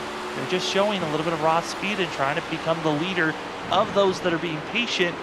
But I'm not liking this strategy that they're stuck in, because if we stay green, it's the drivers that are right now on the fresher tires that are going to be building up such a lead and a gap. They're going to have the advantage if we get into green flag pit stops. Yeah, and that's how man, get out of my head, man. That's funny you just said that, Sam, because that's what was just going through my head. These guys can build up that buffer and pull away from these guys, and if we stay green, that's not going to be, they can't make up that time. it's just not going to happen, ladies and gentlemen. Unfortunately, it's just not going to happen unless we get a yellow. I mean, these guys are going to have to see a yellow, Sam, to do what the strategy they wanted to do.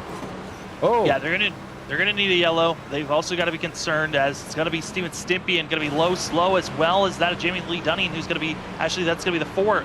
Excuse me, that got the contact for himself.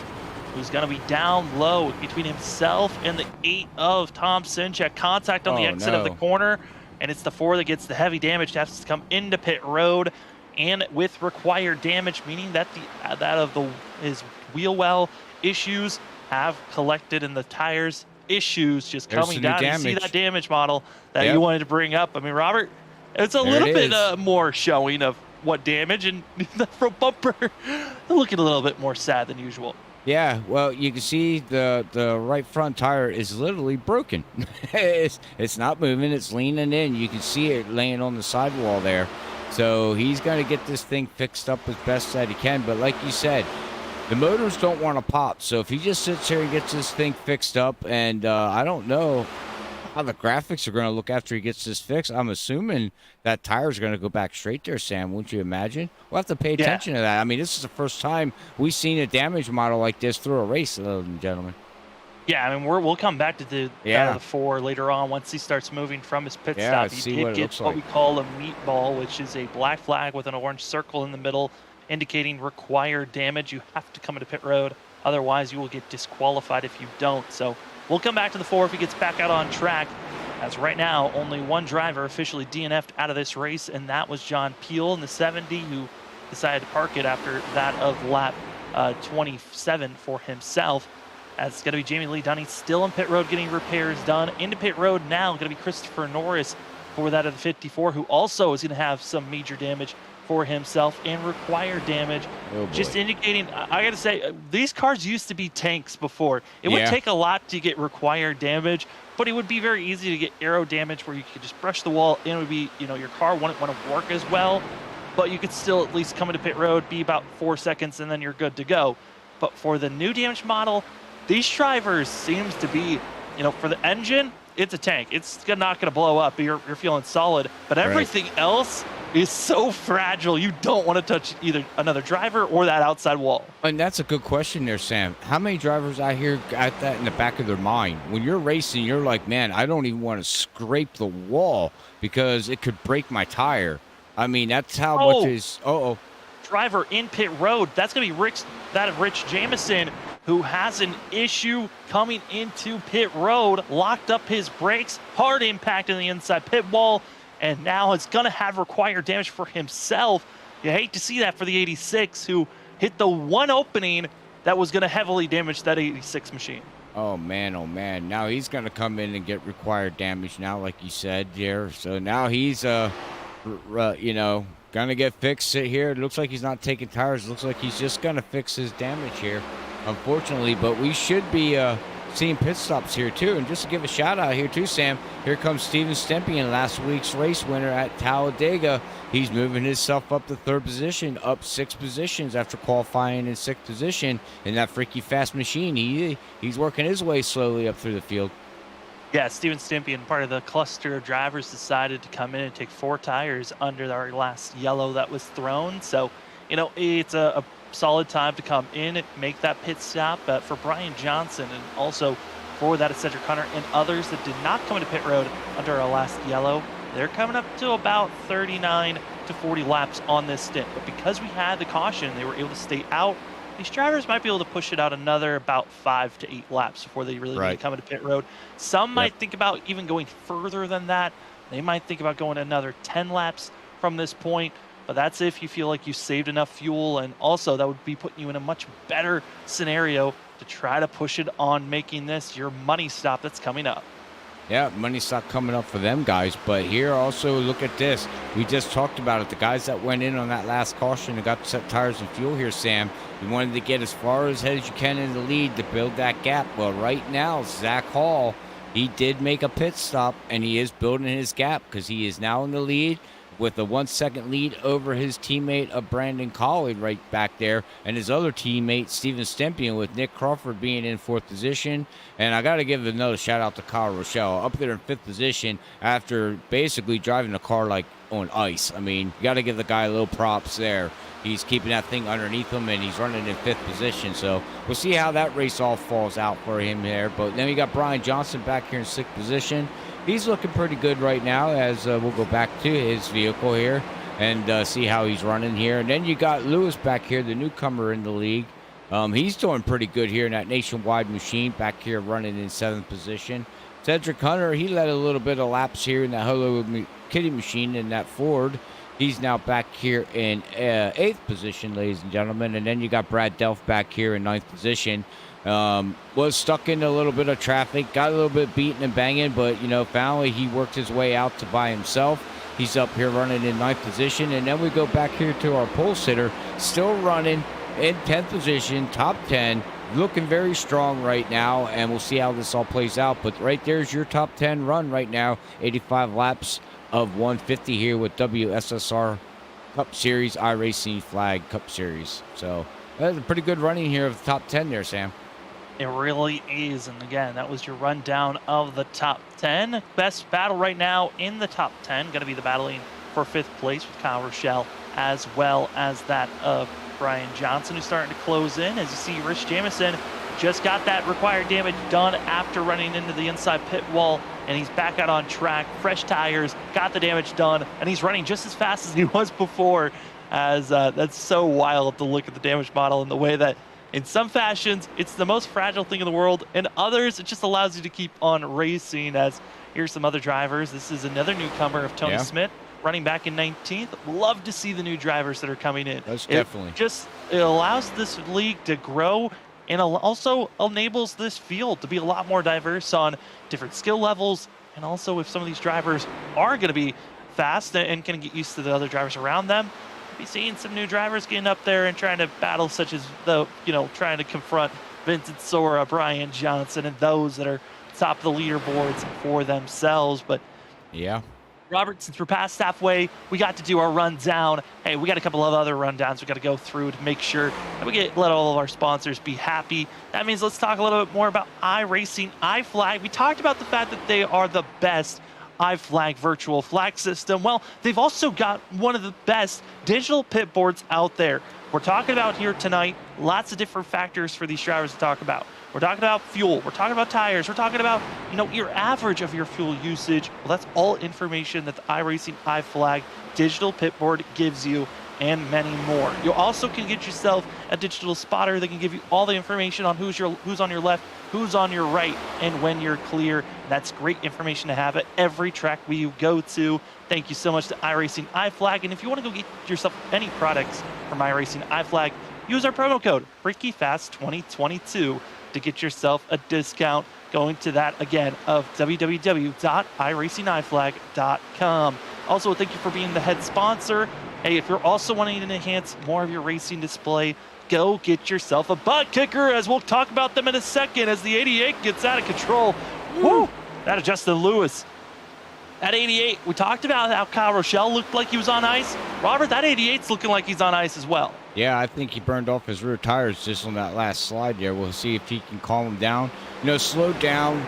Unfortunately, he's down on the low line right now, Sam, but all he needs to do is, oh my goodness gracious, that car is starting to get mean on him right now. And I'm not sure when's the last time he made his pit stop. Let's see here. When did he make his last pit stop? Lap 55. So he did come in that last caution on lap 55. So he's on a pretty long stint here right now. I think he just needs to back off, Sam, and let the tires cool down.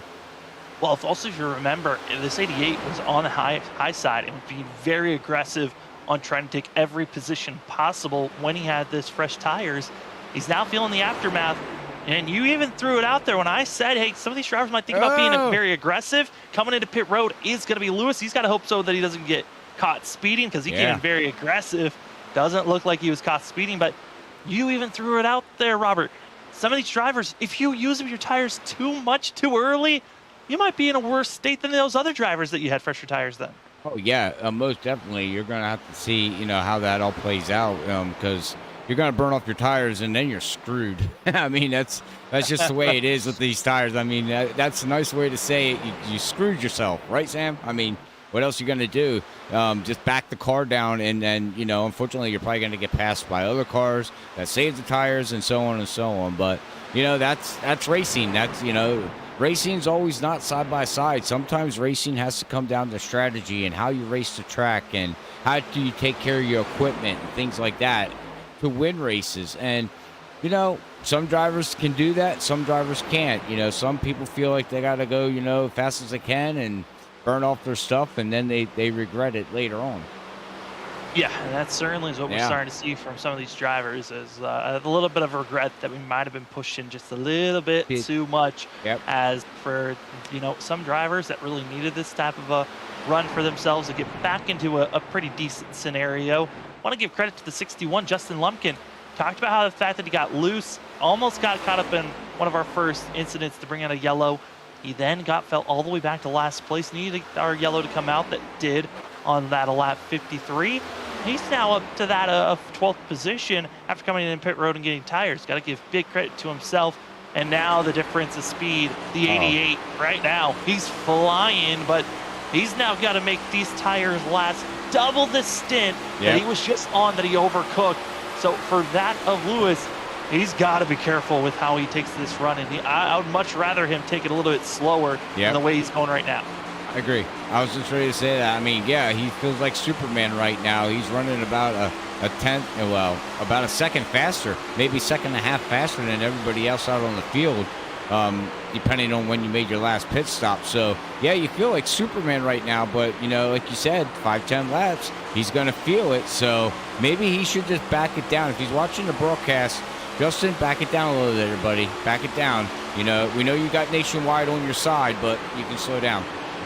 Nationwide might be on your side. It's good insurance, but that's after you get yourself in some trouble. I don't think you got to make sure you stay out of trouble before you have to use up that insurance. So for this 88, he's got to be careful, take care of those tires, because honestly, he's down to just one more set left in pit road. Right. And you don't want to be just flying like this, especially the fact that he's one lap down. I think that might be another reason why this 88 is going as fast as he is. Oh boy, in front of him, I believe that is, and it's Raquel Rochelle. Overcooks it, overcorrects, right in front of the field. Yellow flag strikes, and lucky dog goes to Lewis, but that was not what he wanted to see. Well, Lewis wanted to see the lucky dog. So, yeah, that's what he wanted. He got the yellow that he needs. Now he can back down and, you know, cool off them tires or Sam. But I was waiting for Kyle Rochelle to spin this thing out. This thing has been mean and evil since the drop of the green flag. And he's been battling and fighting a very loose car all race long, and finally it got to him. Yeah, now we reset. We try it again. And now the question is, who takes tires, who doesn't? For those of Brian Johnson and everyone else, they could take this being their final pit stop of the night. And for everyone else, they could think about it as well. As you see the overcorrection from the 5 right in front of the field. That's a worst case scenario, but luckily for Rochelle, no one else involved. But that is, for everyone else, that's a, oh my goodness, let's hope that the 5 gets out of the way quickly. Right. If you're going to slide, just keep sliding on the inside, as he went right in front of the field, and everybody missed him. So thank God for that. And Lumpkin, you know, in that 88 machine, he ducked low and went right around them. So now he's going to be able to get back going the lead lap, like we said. But like you said, Sam, now here comes the fun part. We are now ready to be, everybody's going to make a pit stop. So we're all resetting here. So, I kind of like this. Everyone comes in. This now is going to be putting Zach Hull and everyone else that had already used another set. Yeah. They're now going to have just one to work with. So if we get into multiple yellows coming out, those other drivers that have 2 sets still in their pocket, they're going to feel comfortable to, you know, come in, maybe put themselves in danger. They'll be all right. As the 1 overcooks it. Kali overshoots. He has to back up. That's going to be losing him multiple positions for the driver that was leading coming to the pit road. Yeah, he's probably going to lose 2, 3, maybe even 4 positions here, as you can see. Now he's going to get left tires put on there. He drops them down. That's 1, 2, 3. 3. Yep, 3 positions he lost. 3, 4, 6. Oh my goodness, that hurt. Ouch. That is going to be a long stop. And for himself, that was just a 3-second mistake, but 6 positions in total from 1st back to 7th. is going to be that of Brandon Colley. Got to give credit to his pit road and his pit team. They did everything possible to make sure he didn't lose too many positions. 13.9 second pit box, stint from his team. Everyone else about a half a second half a second slower than the one. But that one slip up and going past his box, hurting drastically for the one. But as we're under yellow, this gives us an opportunity to finish up on our reads that we had. We talked about that of the iRacing iFlag systems. Great systems to go get. Only, if you see anything else that does not have iRacing iFlag on it, that tries to be a flag system or a virtual flag, indicator for you, it's not the right one. Got to make sure that iRacing iFlag is on it as well. You want to go get yourself a ButtKicker, as well as getting yourself a Gamer 2 from ButtKicker. It's a way to feel the sounds instead of just hearing them. It's one of the best ways to enhance your iRacing experience. It also works on movies, videos, any way that you want to experience. Instead of just hearing the sounds but feel them, go get yourself a Gamer 2. Attaches right to your racing rig, or you can attach it to any type of seat you're on, and it physically moves to make sure that you could feel the action. ButtKicker. Yeah. Feel what you've been missing with that of using the promo code FreakyFast20. Gets you 20% off. All right, you got your iRacing iFlag. You got your ButtKicker. Well, where are you going to put it? We talked about the racing rig. Well, this is where you go build it. At Advanced Sim Racing. Advanced Sim Racing, your one-stop shop to go get yourself a racing rig. That of the racing chassis that comes with monitor stands, wheels. They got it all, and you can go pick specifically what needs you want. You just want a wheel? Go to that Advanced Sim Racing. You just want a chassis for building your racing rig? Well, go to Advanced Sim Racing. Hey, if you want a discount code, remember to use ours, FreakyFast5, for 5% off. Thank you to all the amazing sponsors we have here at Freaky Fast Broadcasting, as well as all the amazing sponsors here for that of the WSSR iRacing iFlag Cup Series, allowing us to cover this amazing action from these drivers. Well, Robert, 100 laps down. We got 50 more still to go, and it's Steven Stimpian up front with that of Zach Hall. That is correct. Now my question to you, Sam, is 50 laps. Can they make a 50-lap run on fuel? They can make it on 50 laps. Do I think they're going to make it on 50 laps? Well, they could. Yes, on tires, they can. Yeah. They're just going to be very slow if you're over-aggressive. So what do? You make run this 25-25? No, I'm not expecting anyone to try to do that. You're going to be losing too much time coming into pit road, and you're not going to make it up. But we could see another yellow. There's some drivers, like Kyle Rochelle, like we saw from Lewis, that have just been too aggressive on the tires. We have not seen a pattern that they've been able to save their tires and have a good run. I would not be surprised we get to around lap 130 to 140 and we see someone spin out, bring out a yellow.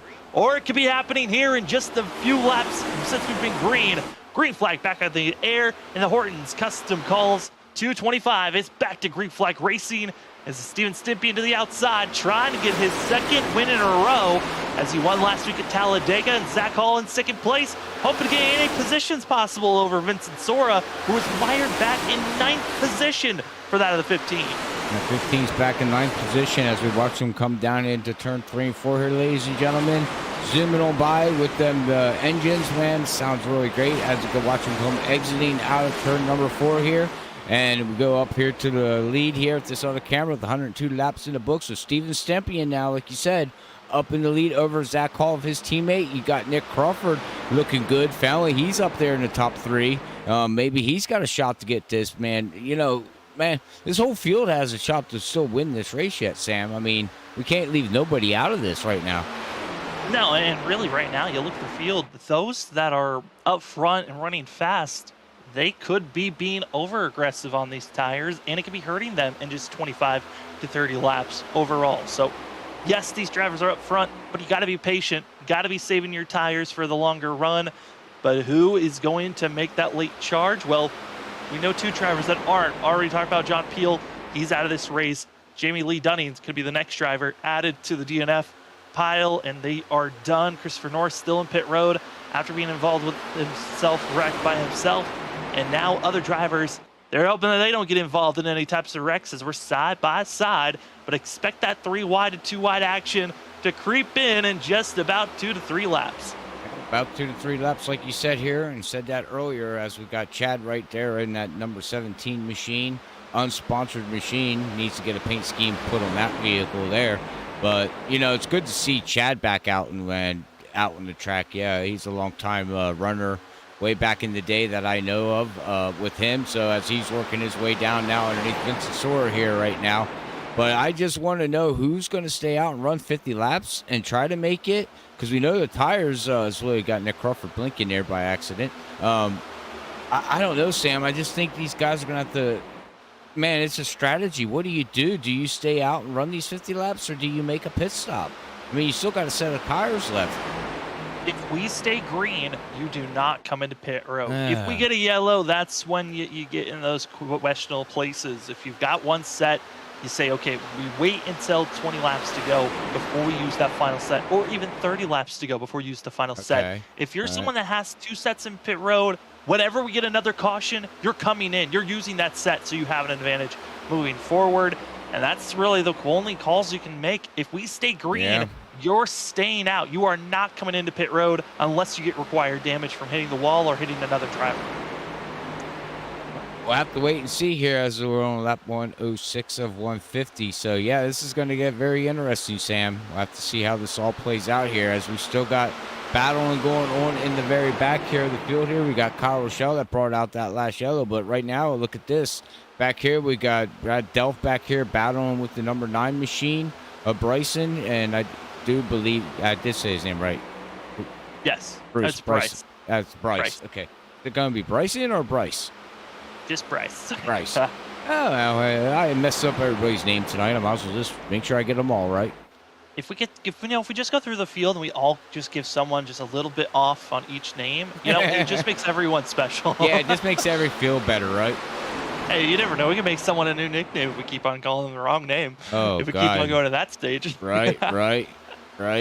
Well, we'll have to see. Yeah, you don't want me calling names. I'll just call numbers. But anyways, yeah, we're watching back here right there, the 25, too. He's having a good run, too. We got to give that guy a shout-out, too. Oh, as he got into the Kyle Rochelle there.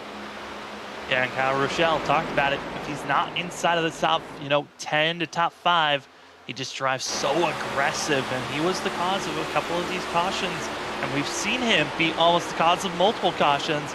That 5 is, in my mind, one of the drivers that if we're going to see a yellow, it's most likely is going to be circled around him. Could be his fault. It could be just reaction of his car being out of control. But right now, right on board with Kyle Rochelle, he's got to be careful as Brad Delph's now going to be on the back bumper. Pressuring, pushing, and they are getting aggressive even in front of these drivers. Yeah, back here for a battle for 11th position. Now, my question to you, Sam, is like you just seen there, Sam, you seen Delph get right up behind Kyle Rochelle. Can he take, I don't know if the physics are in the game, but can he take air off the back of these cars and make them more loose? Well, the big thing on why they're getting so close is because of a chain reaction. Everyone's trying to run down on this white line. So it's more of, you just hope that he doesn't hit him. Taking the air off, that's not really a big enough factor here. It once was about, I would say 2-3 years ago.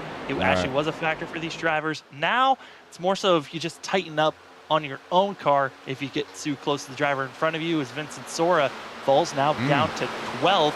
That 15 really backing off. And I'm now wondering if Vincent Sora is just thinking, you know what, I'm going to go complete save tires mode. I don't care how far back I go. I'm saving these tires to the very end. Yeah, because we know that guy's got speed. That we do know, and he showed it from, starting in the back with a penalty of an EOL, moving himself all the way up through. So what is the strategy? What's that guy doing back here? Is he side by side with Brad Delph, and they touch each other, and he stays it off the wall here, and Brad Delph is going to fall behind him. But, whoo, that was close there for almost another yellow. Almost another yellow back here, and then also in front of them, battle for 4th, and also the battle for 8th is starting to heat up for these drivers side by side with that of Hunter on the outside, as well as that of Wilkes going to be on the outside for the 17. And the drivers that are in that outer lane starting to feel like they want to get a little bit more aggressive, which is interesting to see that they want to be aggressive now. We're about that of 10 to 9 laps of green flag hard racing that we've been seeing is behind. Vincent Sora is going to be going off track, down to the apron, the 15, back to 19th place. And in an instant, he's now losing all this ground. giant opportunity now for Zach Hall. Big time, and that's what Zach Hall needed to see here in the last 3 races here tonight. And the next 2 weeks, something happened to Vincent Sora, and it just happened here, ladies and gentlemen. Now, spinning like that and saving the car, yeah, great. That's awesome that he did that, Sam. But now the problem is that how much did that hurt his tires? He went into the tire saving mode, and now sliding like that that did not help. No, it really didn't. No. I went back and checked on it for that event. So he actually got loose in front of that of Brad Delph coming out of turn number 2. Delph then gave him the bump, and that's what shunted the 15 down onto the apron, drifted it, saved it, kept it off the wall. Now needing another set of tires for the 15. Otherwise, he's just going to continue to lose ground. Yeah. He's quick, but I don't know if he's fast enough to try to run down the rest of this field and get inside of the top 10. That's a lot of work. That's a lot of tires he's got to use up. He needs a yellow badly in the rest of the field.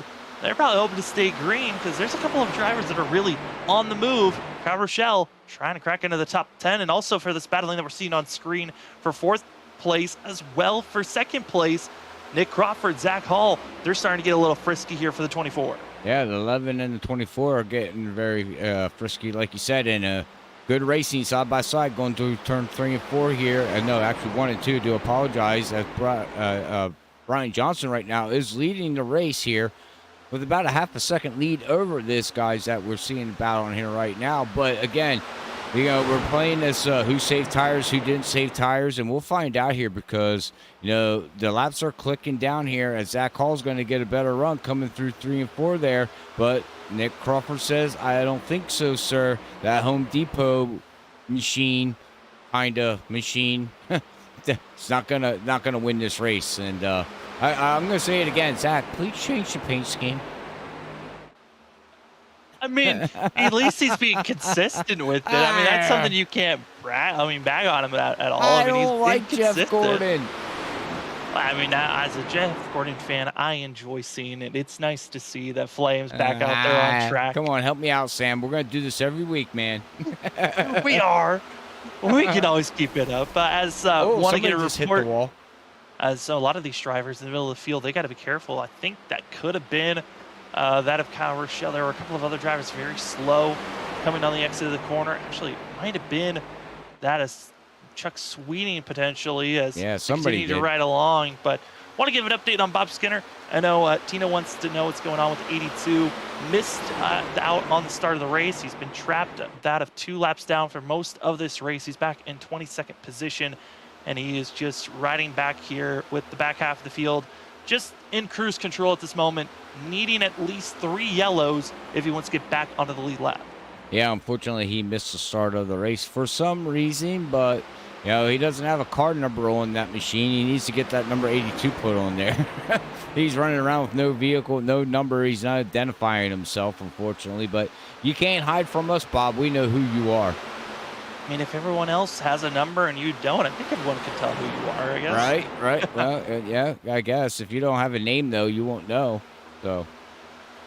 Very true. As these drivers continue to race on. Somebody got loose.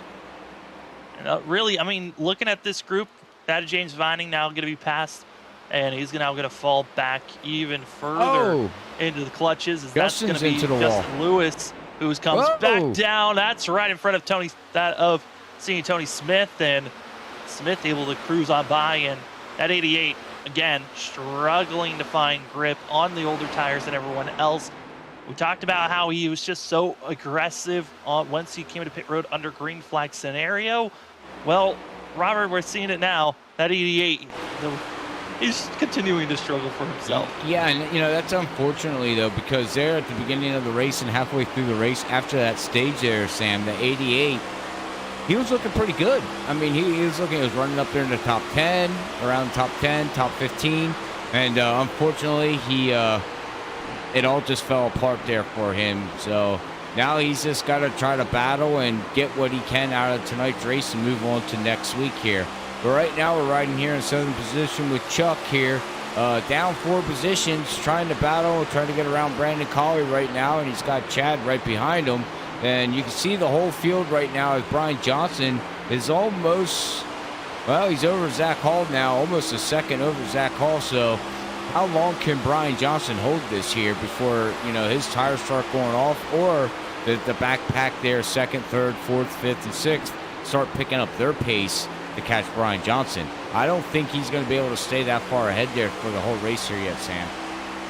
That's going to be the thing to watch out for. We're now coming up to that of 29 laps to go. We're now going to be technically into that of a 23, a 22 lap stint of green flag racing on these tires. We're now getting closer to that realm when we start to see drivers that were too aggressive start to what you've been calling it, driving a very mad car that just wants to get out of shape.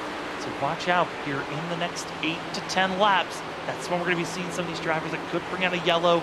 Going to be striking here in just a couple of laps. Some have already been showing signs of danger, but for that of Brian Johnson, that question, he's already showing signs that he's being run down. Zach Hall, last 3 laps, he has been faster than that 28 machine.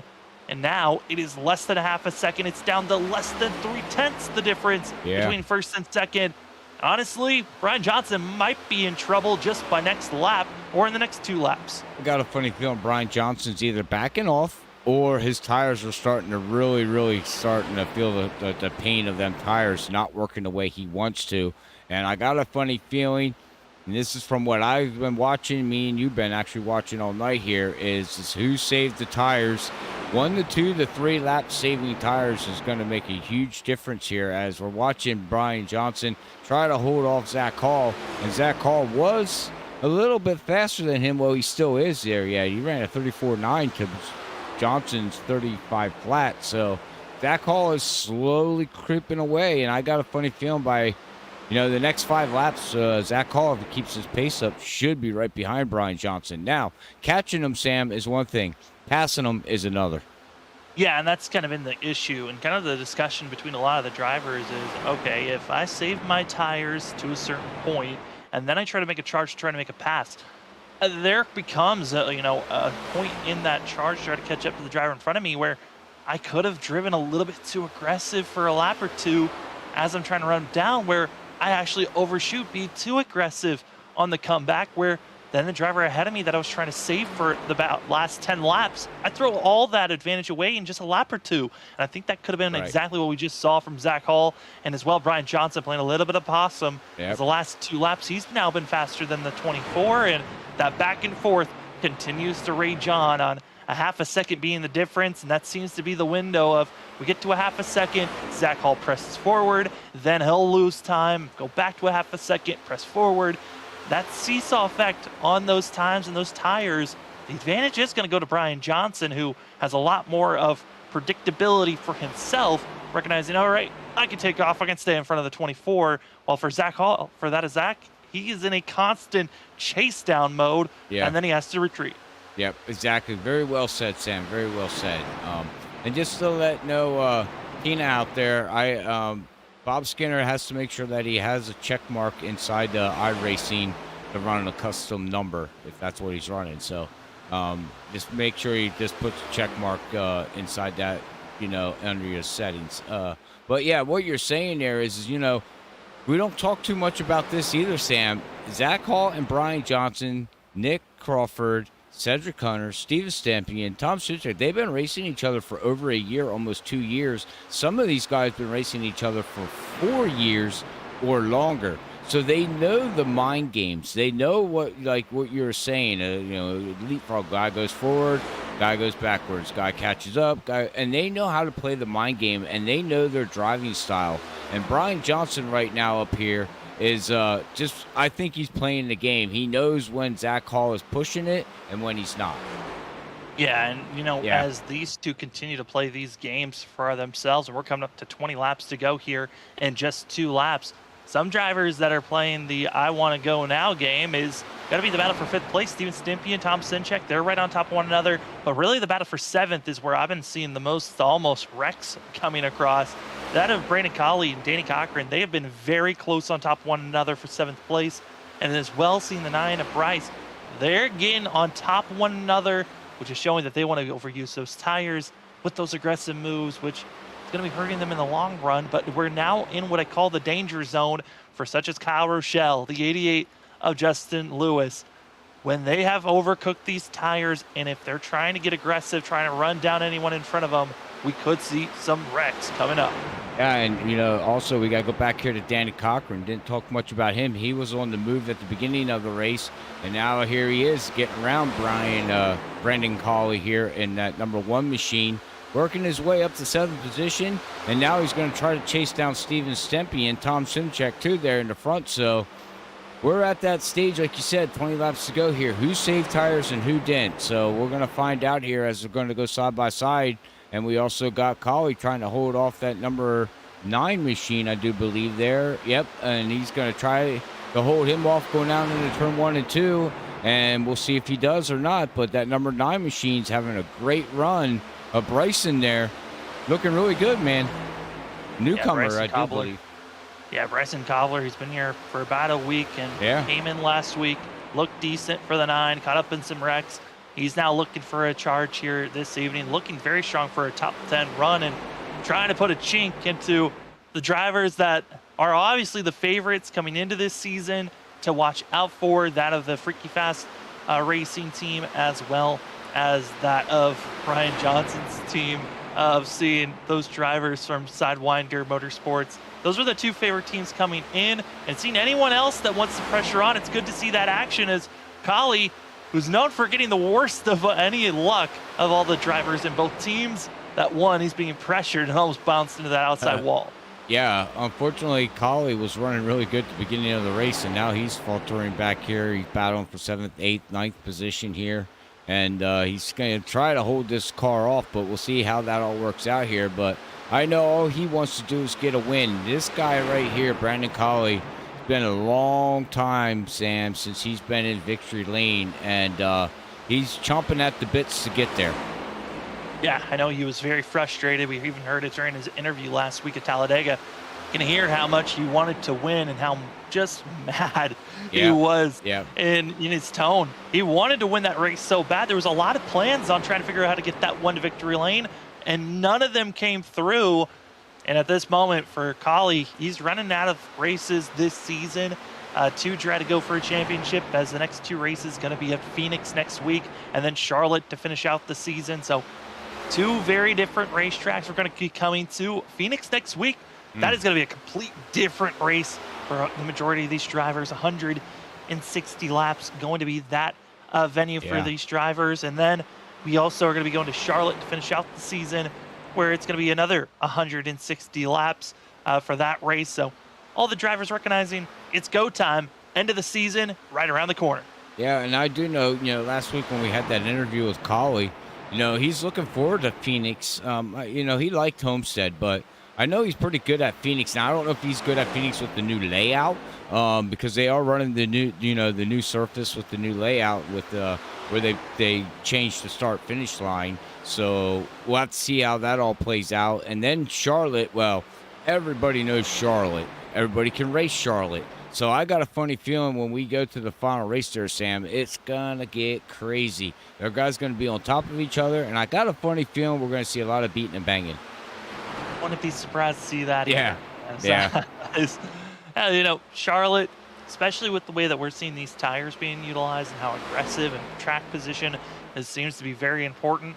I think drivers are going to be willing to get a little bit more physical when we come to Charlotte next. But also, I'm interested on how physical some of these drivers want to be running going into Phoenix next week.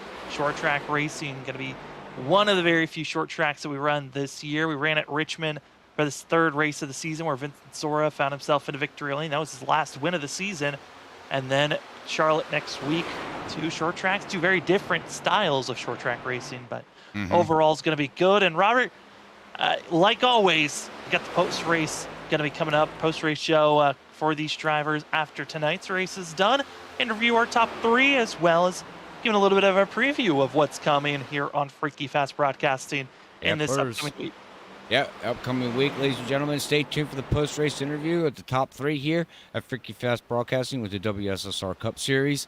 And then you get to find out about what we have for the rest of the week, which we got a booked house.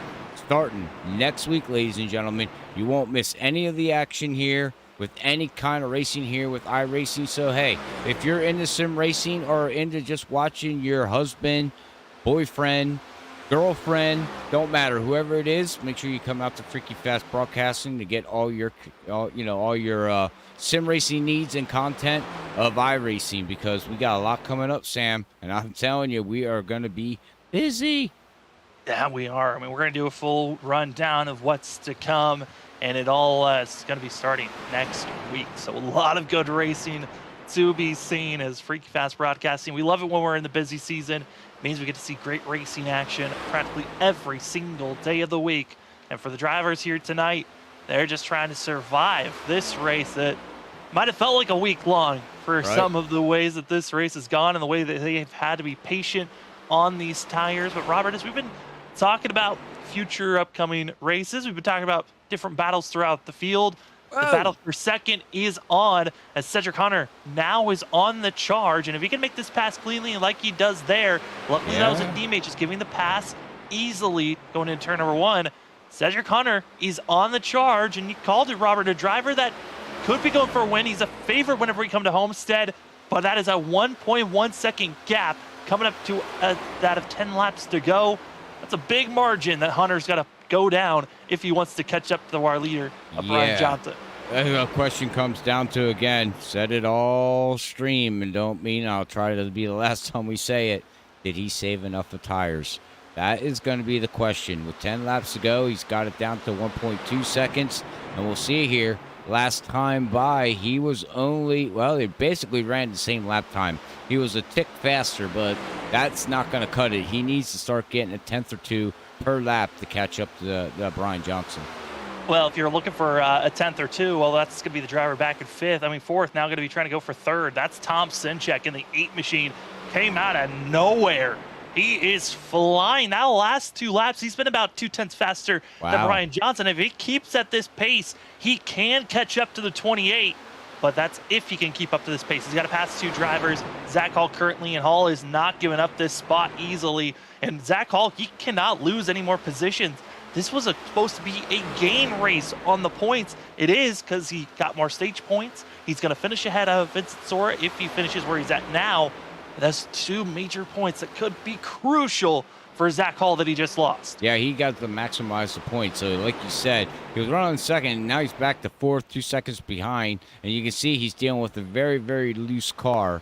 Unfortunately, it all didn't play out for the way he wanted it to. With 8 laps to go here, ladies and gentlemen, and like you said, we got Cedric Hunter running pretty fast. He lost about a tenth there on Brian Johnson, but right now, Tom Simchek, let's keep an eye on him, our pole sitter.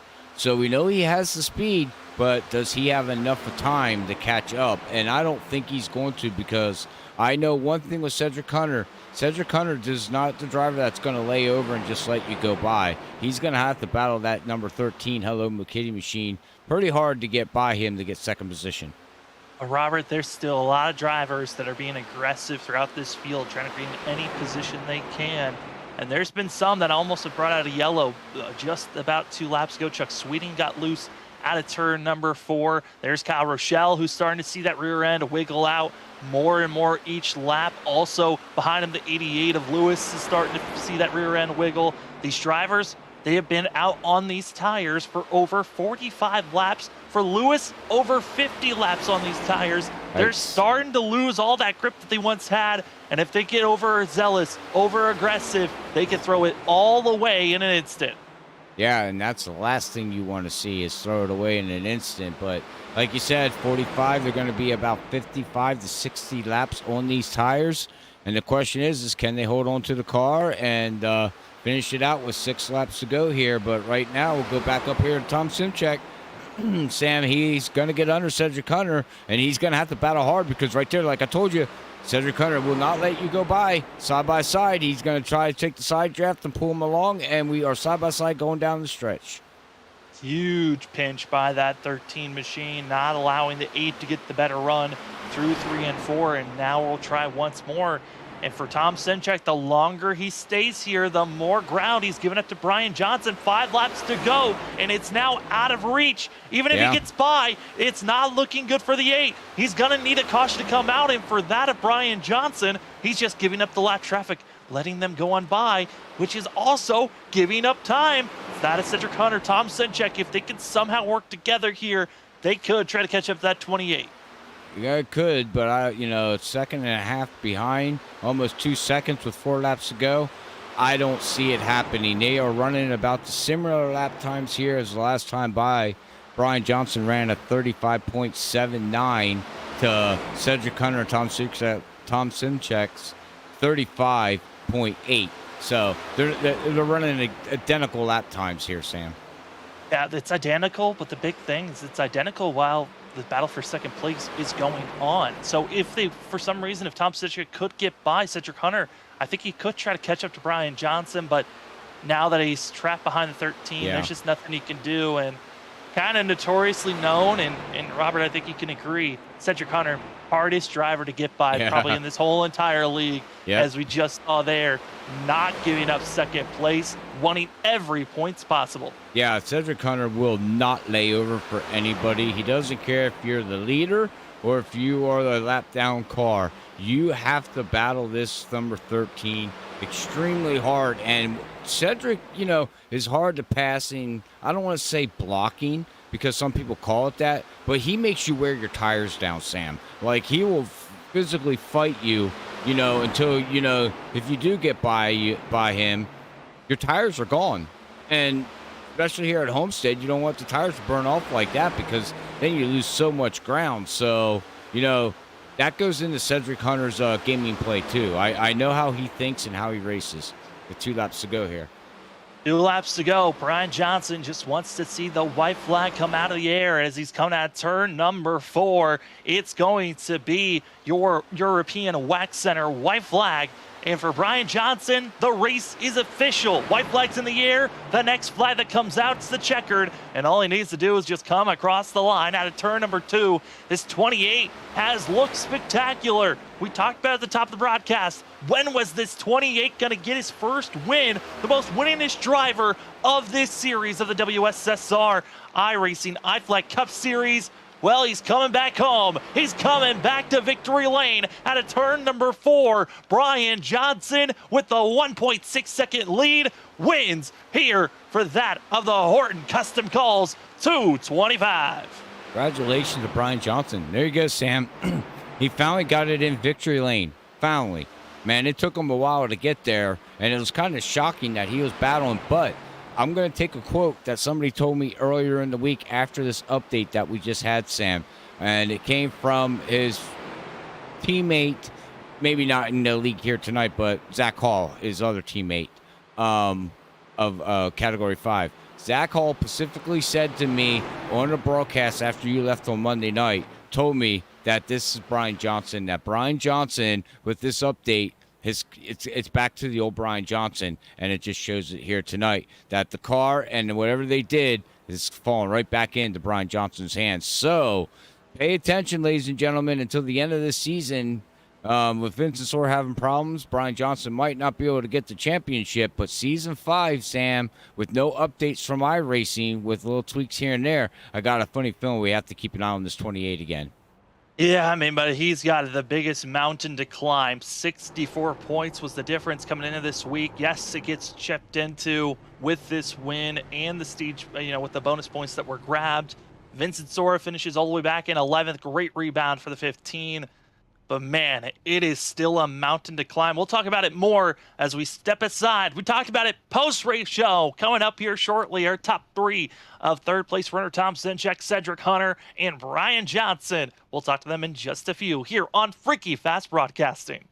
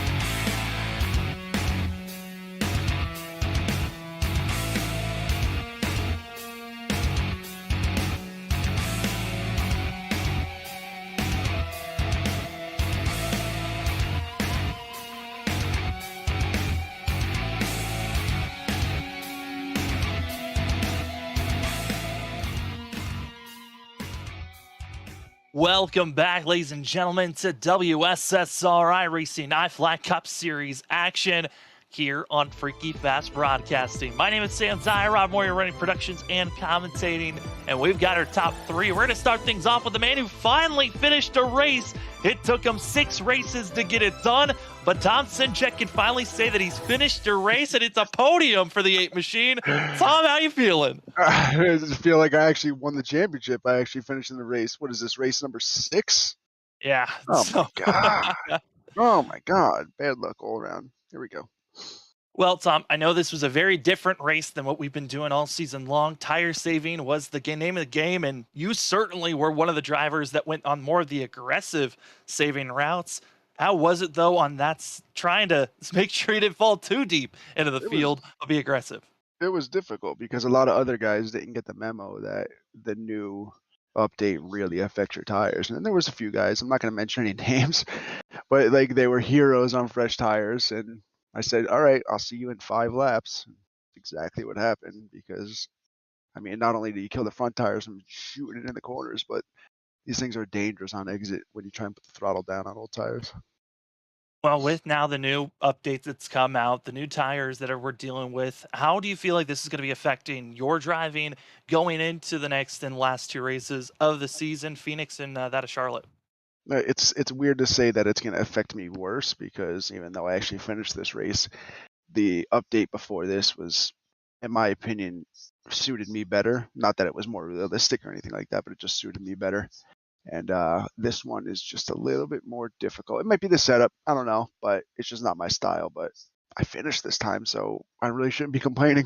And we'll take all those small little achievements that we can take, especially with how small of a season this is. But Tom, again, congratulations on finishing and getting 3rd. But before we let you go, the floor is yours for any shout outs. Yep, shout out to you guys for broadcasting. You guys do a great job every single time. I know that we broke the record for our most views and for this for the Talladega race. I'll give a shout out to Late Apex, give a shout out to everybody in Cat 5 and all the other guys that were racing, and give a shout out to my uncle because it was sponsored.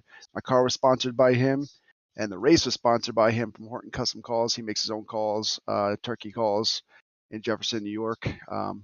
They're amazing. I've seen them. They're fantastic. So yeah, he does a good job, and yeah, just a shout out to everybody for good racing. There wasn't that many cautions, and we had a good race. Certainly was. That's going to be the 8 machine of Tom Sinchek and the Late Apex. Going to be coming away with 3rd place finish. Congratulations, Tom, and good luck going into next week. Thanks, buddy. As we go down to 2nd place, we find the driver that almost found a way to find some extra speed there late, but we comes away 1 position shy. It's going to be that of Cedric Hunter in 2nd. Cedric, you certainly looked quick in that Hello Kitty machine, but man, how was it dealing with these tires? Because that was a big thing we talked about all night long. Yeah, it was a lot of fun, man. I'm really happy to see that saving actually is a thing again, so that's cool. I felt ever since the V7 tires came around, it just the runs would just plateau at around 25, 30 laps in, where like you just run the same lap time over and over, like over and over and over again, and it didn't matter if you saved or if you pushed. And so I felt like we were kind of in a slump there for a while where we couldn't. I mean, I think it's pretty obvious that I'm just not a fast driver on the short run, and I enjoy saving my stuff, kind of like you saw tonight. So the tires and stuff like that with the new patch like really benefits how I drive. So I am super excited. I'm really looking forward to doing future races. I think that our finale at Charlotte will be a little bit more of what you saw tonight, and hopefully I can come home in that race with a win or something. So we almost got there though tonight. It was close. I mean, we saw a little bit of different strategies that were thrown out here tonight of drivers trying to test, taking an extra set of tires at some moments, others trying to stay out. How was that mind games that were being thrown there? And for yourself, did you feel like you had to take tires, or with saving, it gave you those different options to throw out? Yeah, it was quite interesting because I know you had like Tom and I that really backed up our pace at the beginning, like on the short runs to save tires, and you had Ryan and Zach and a few others kind of just pushing as hard as they could on at the beginning of the runs and trying to build that gap. Um, and it was interesting. And then how it all played out And then we also had obviously that like you mentioned the pit stop where half the field chose tires and the other half didn't. And at the time I thought that was going to be a mistake. The fact that I stayed out, because I know in our league that we do normally get a lot of green flag runs. As you saw tonight, I think we had like 2 or 3 cautions, so it was good to see. Unfortunately, I think that last caution pretty much lost me the race. Even though I had older tires, I was reeling in the two, like my 2 teammates. So it would have definitely been a hard one. But I think I could have gone them. Maybe would have been interesting. It would have been extremely interesting. We got 2 more races to go there, Cedric. Either one, you're feeling comfortable or confident that you might be able to go for a win, or do you feel like you're going to get a better finish than you've been having throughout the season? No, I think it'll be interesting. Again, I'm kind of circling Charlotte on my calendar. Hopefully, I can get a win there. Phoenix, my expectations going to that race is just survive and hopefully not finish outside the top 10. I am awful at that track, so if I can get a good finish, then that'd be awesome. I'm not racing for anything other than wins, so we'll see. Like I said, I have Charlotte on circled, and hopefully we can get it done. We did a recruitment race, obviously pre-patch at Charlotte, and I was able to steal it. We had a long run, and I was able to kind of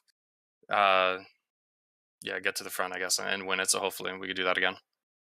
Well, Cedric, still a very strong run at second place here tonight. And before we let you go, the floor is yours for any shout outs. Thank you. I want to give a huge shout out to you guys. Our Dega broadcast from last week did awesome. So hopefully we can continue with that success. So I want to thank all the fans out there that are tuning in. If you guys haven't already, subscribe to Freaky Fast. They're awesome, as you guys can obviously tell. Hit the like, try and support the league, all that fun stuff. I want to thank Chad Wilkes for trying to sign to me with 30 to go. That was pretty cool. I want to thank my teammates. We played different strategies and were able to make adjustments. And I want to give congratulations also to Brian. He did what he had to at the end there to hold us off. So awesome job to him. That's going to be the 13 of Cedric Hunter coming away with second place finish here tonight at Homestead. Congratulations, Cedric, and good luck going into these last 2 races. I appreciate it, man. Thank you so much.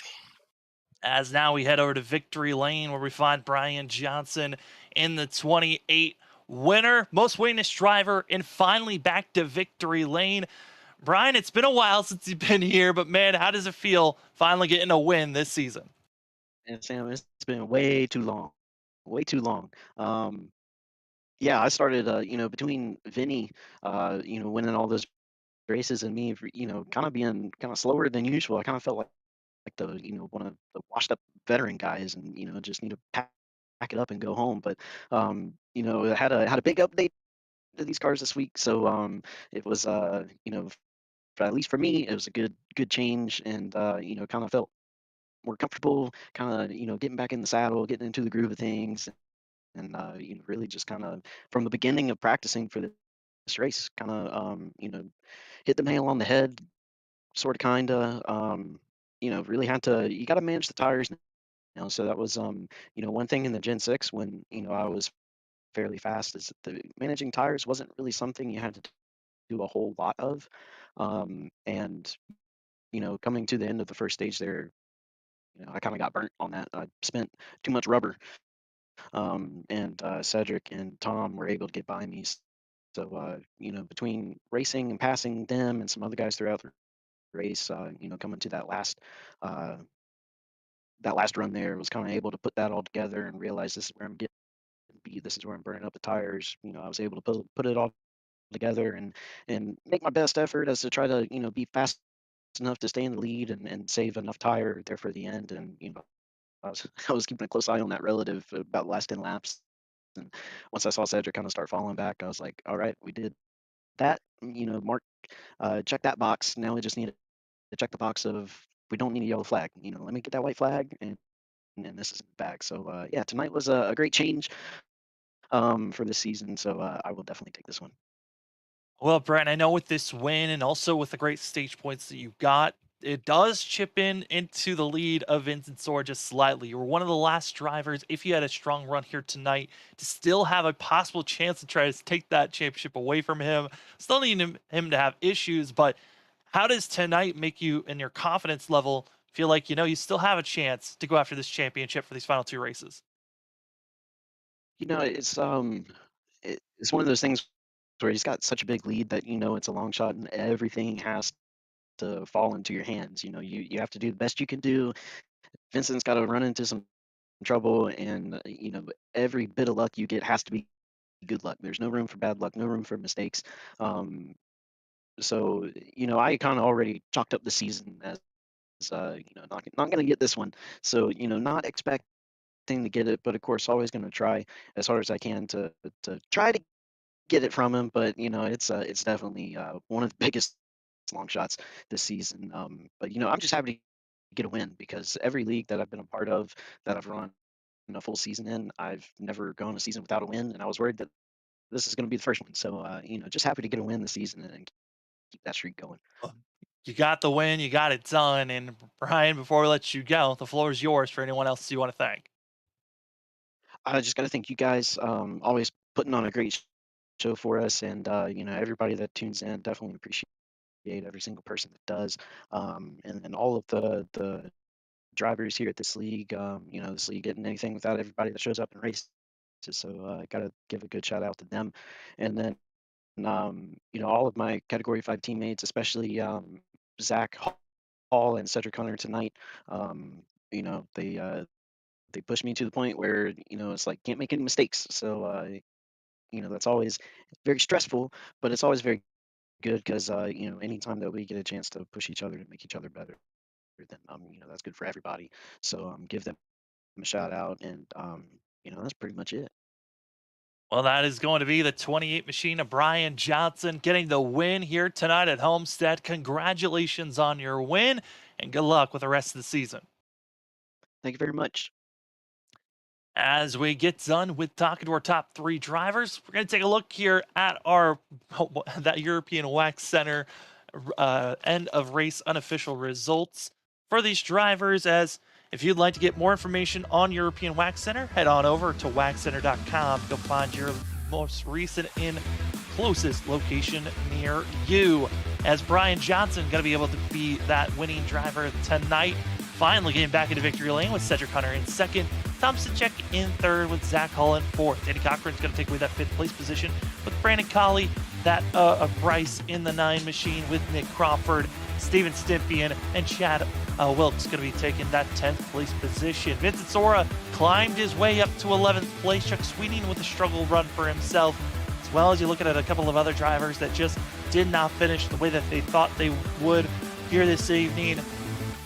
Good to see some of these other drivers with some strong runs tonight, but Robert, gotta say, for this field, it certainly was Brian Johnson's night. Cedric Hunter had some good moments. Tom Sinchek had some great moments. Same for Zach Hall and Vincent Sora. All looked strong, but it was the 28 that got it done at the end of the day. Yeah. You know what he brought out of that interview here, from what I heard from Brian Johnson is that, yeah, I mean, he wanted to keep that streak going to get that win. And there for a while, I wasn't sure if he's going to be able to hold off the field here, as Zach Hall looked pretty strong. We had Nick Crawford. We had a lot of people in the back here. Vincent Sora moving up through the field. So overall, the whole field, everybody did a great job of racing and everything and doing what they needed to do, saving the tires. But, at the end of the day, Brian Johnson, he pulled himself out there to the lead, held off the rest of the field, and finally gets the win, ladies and gentlemen, to keep the streak going of every season that he has raced for the past year. He at least got 1 win or more. So we'll see if the streak starts or if, we might only get this 1 win and walk away the next 2 races, without a win. But at least he gets the win to keep the streak going to season 5. So pay attention here at Freaky Fast Broadcasting with these guys here and tune in every Saturday night to see if he keeps that streak going in the next 2 weeks or when we start the new season with season 5. Like I said earlier, we did sign a contract with these guys for their next season. So Freaky Fast Broadcasting with me, Sam Dyer, and somebody else hopefully up in the booth will be calling all the action here every Saturday night, Sam. Yeah, we hope to find a different commentator. Hey, if you'd like to actually be in the booth for season 5 and join me up in the booth, give your knowledge, or just learn how to become a commentator, Freaky Fast Broadcasting always loving to have new commentators and people that want to join our team. Always welcome. But Robert, for tonight, Brian Johnson getting the win done here for race number 6, giving us our 4th different winner this season. But gotta say, we still got 2 very different racetracks. Charlotte as well as Phoenix going to be the next 2 races. Exciting to see who's going to get that done. But for us at Freaky Fast Broadcasting, the broadcasts don't end. We're done here tonight, but starting tomorrow, we're going to be seeing drivers getting set up and ready for next-gen racing action for those drivers, as well as on Monday, we're going to be seeing trucks racing at Sonoma. Then Wednesday, short track racing action with the super late models, and then more later on that we'll keep on keeping you updated. But if we don't see you on these next couple of races, we can't wait to see you on that of next Saturday when we go to that of Phoenix short track racing action. But for tonight, have a good one for myself, Sam Dyer, for that of Robert Moyer. Thank you for joining us here on Freaky Fast Broadcasting. Have a great rest of your night.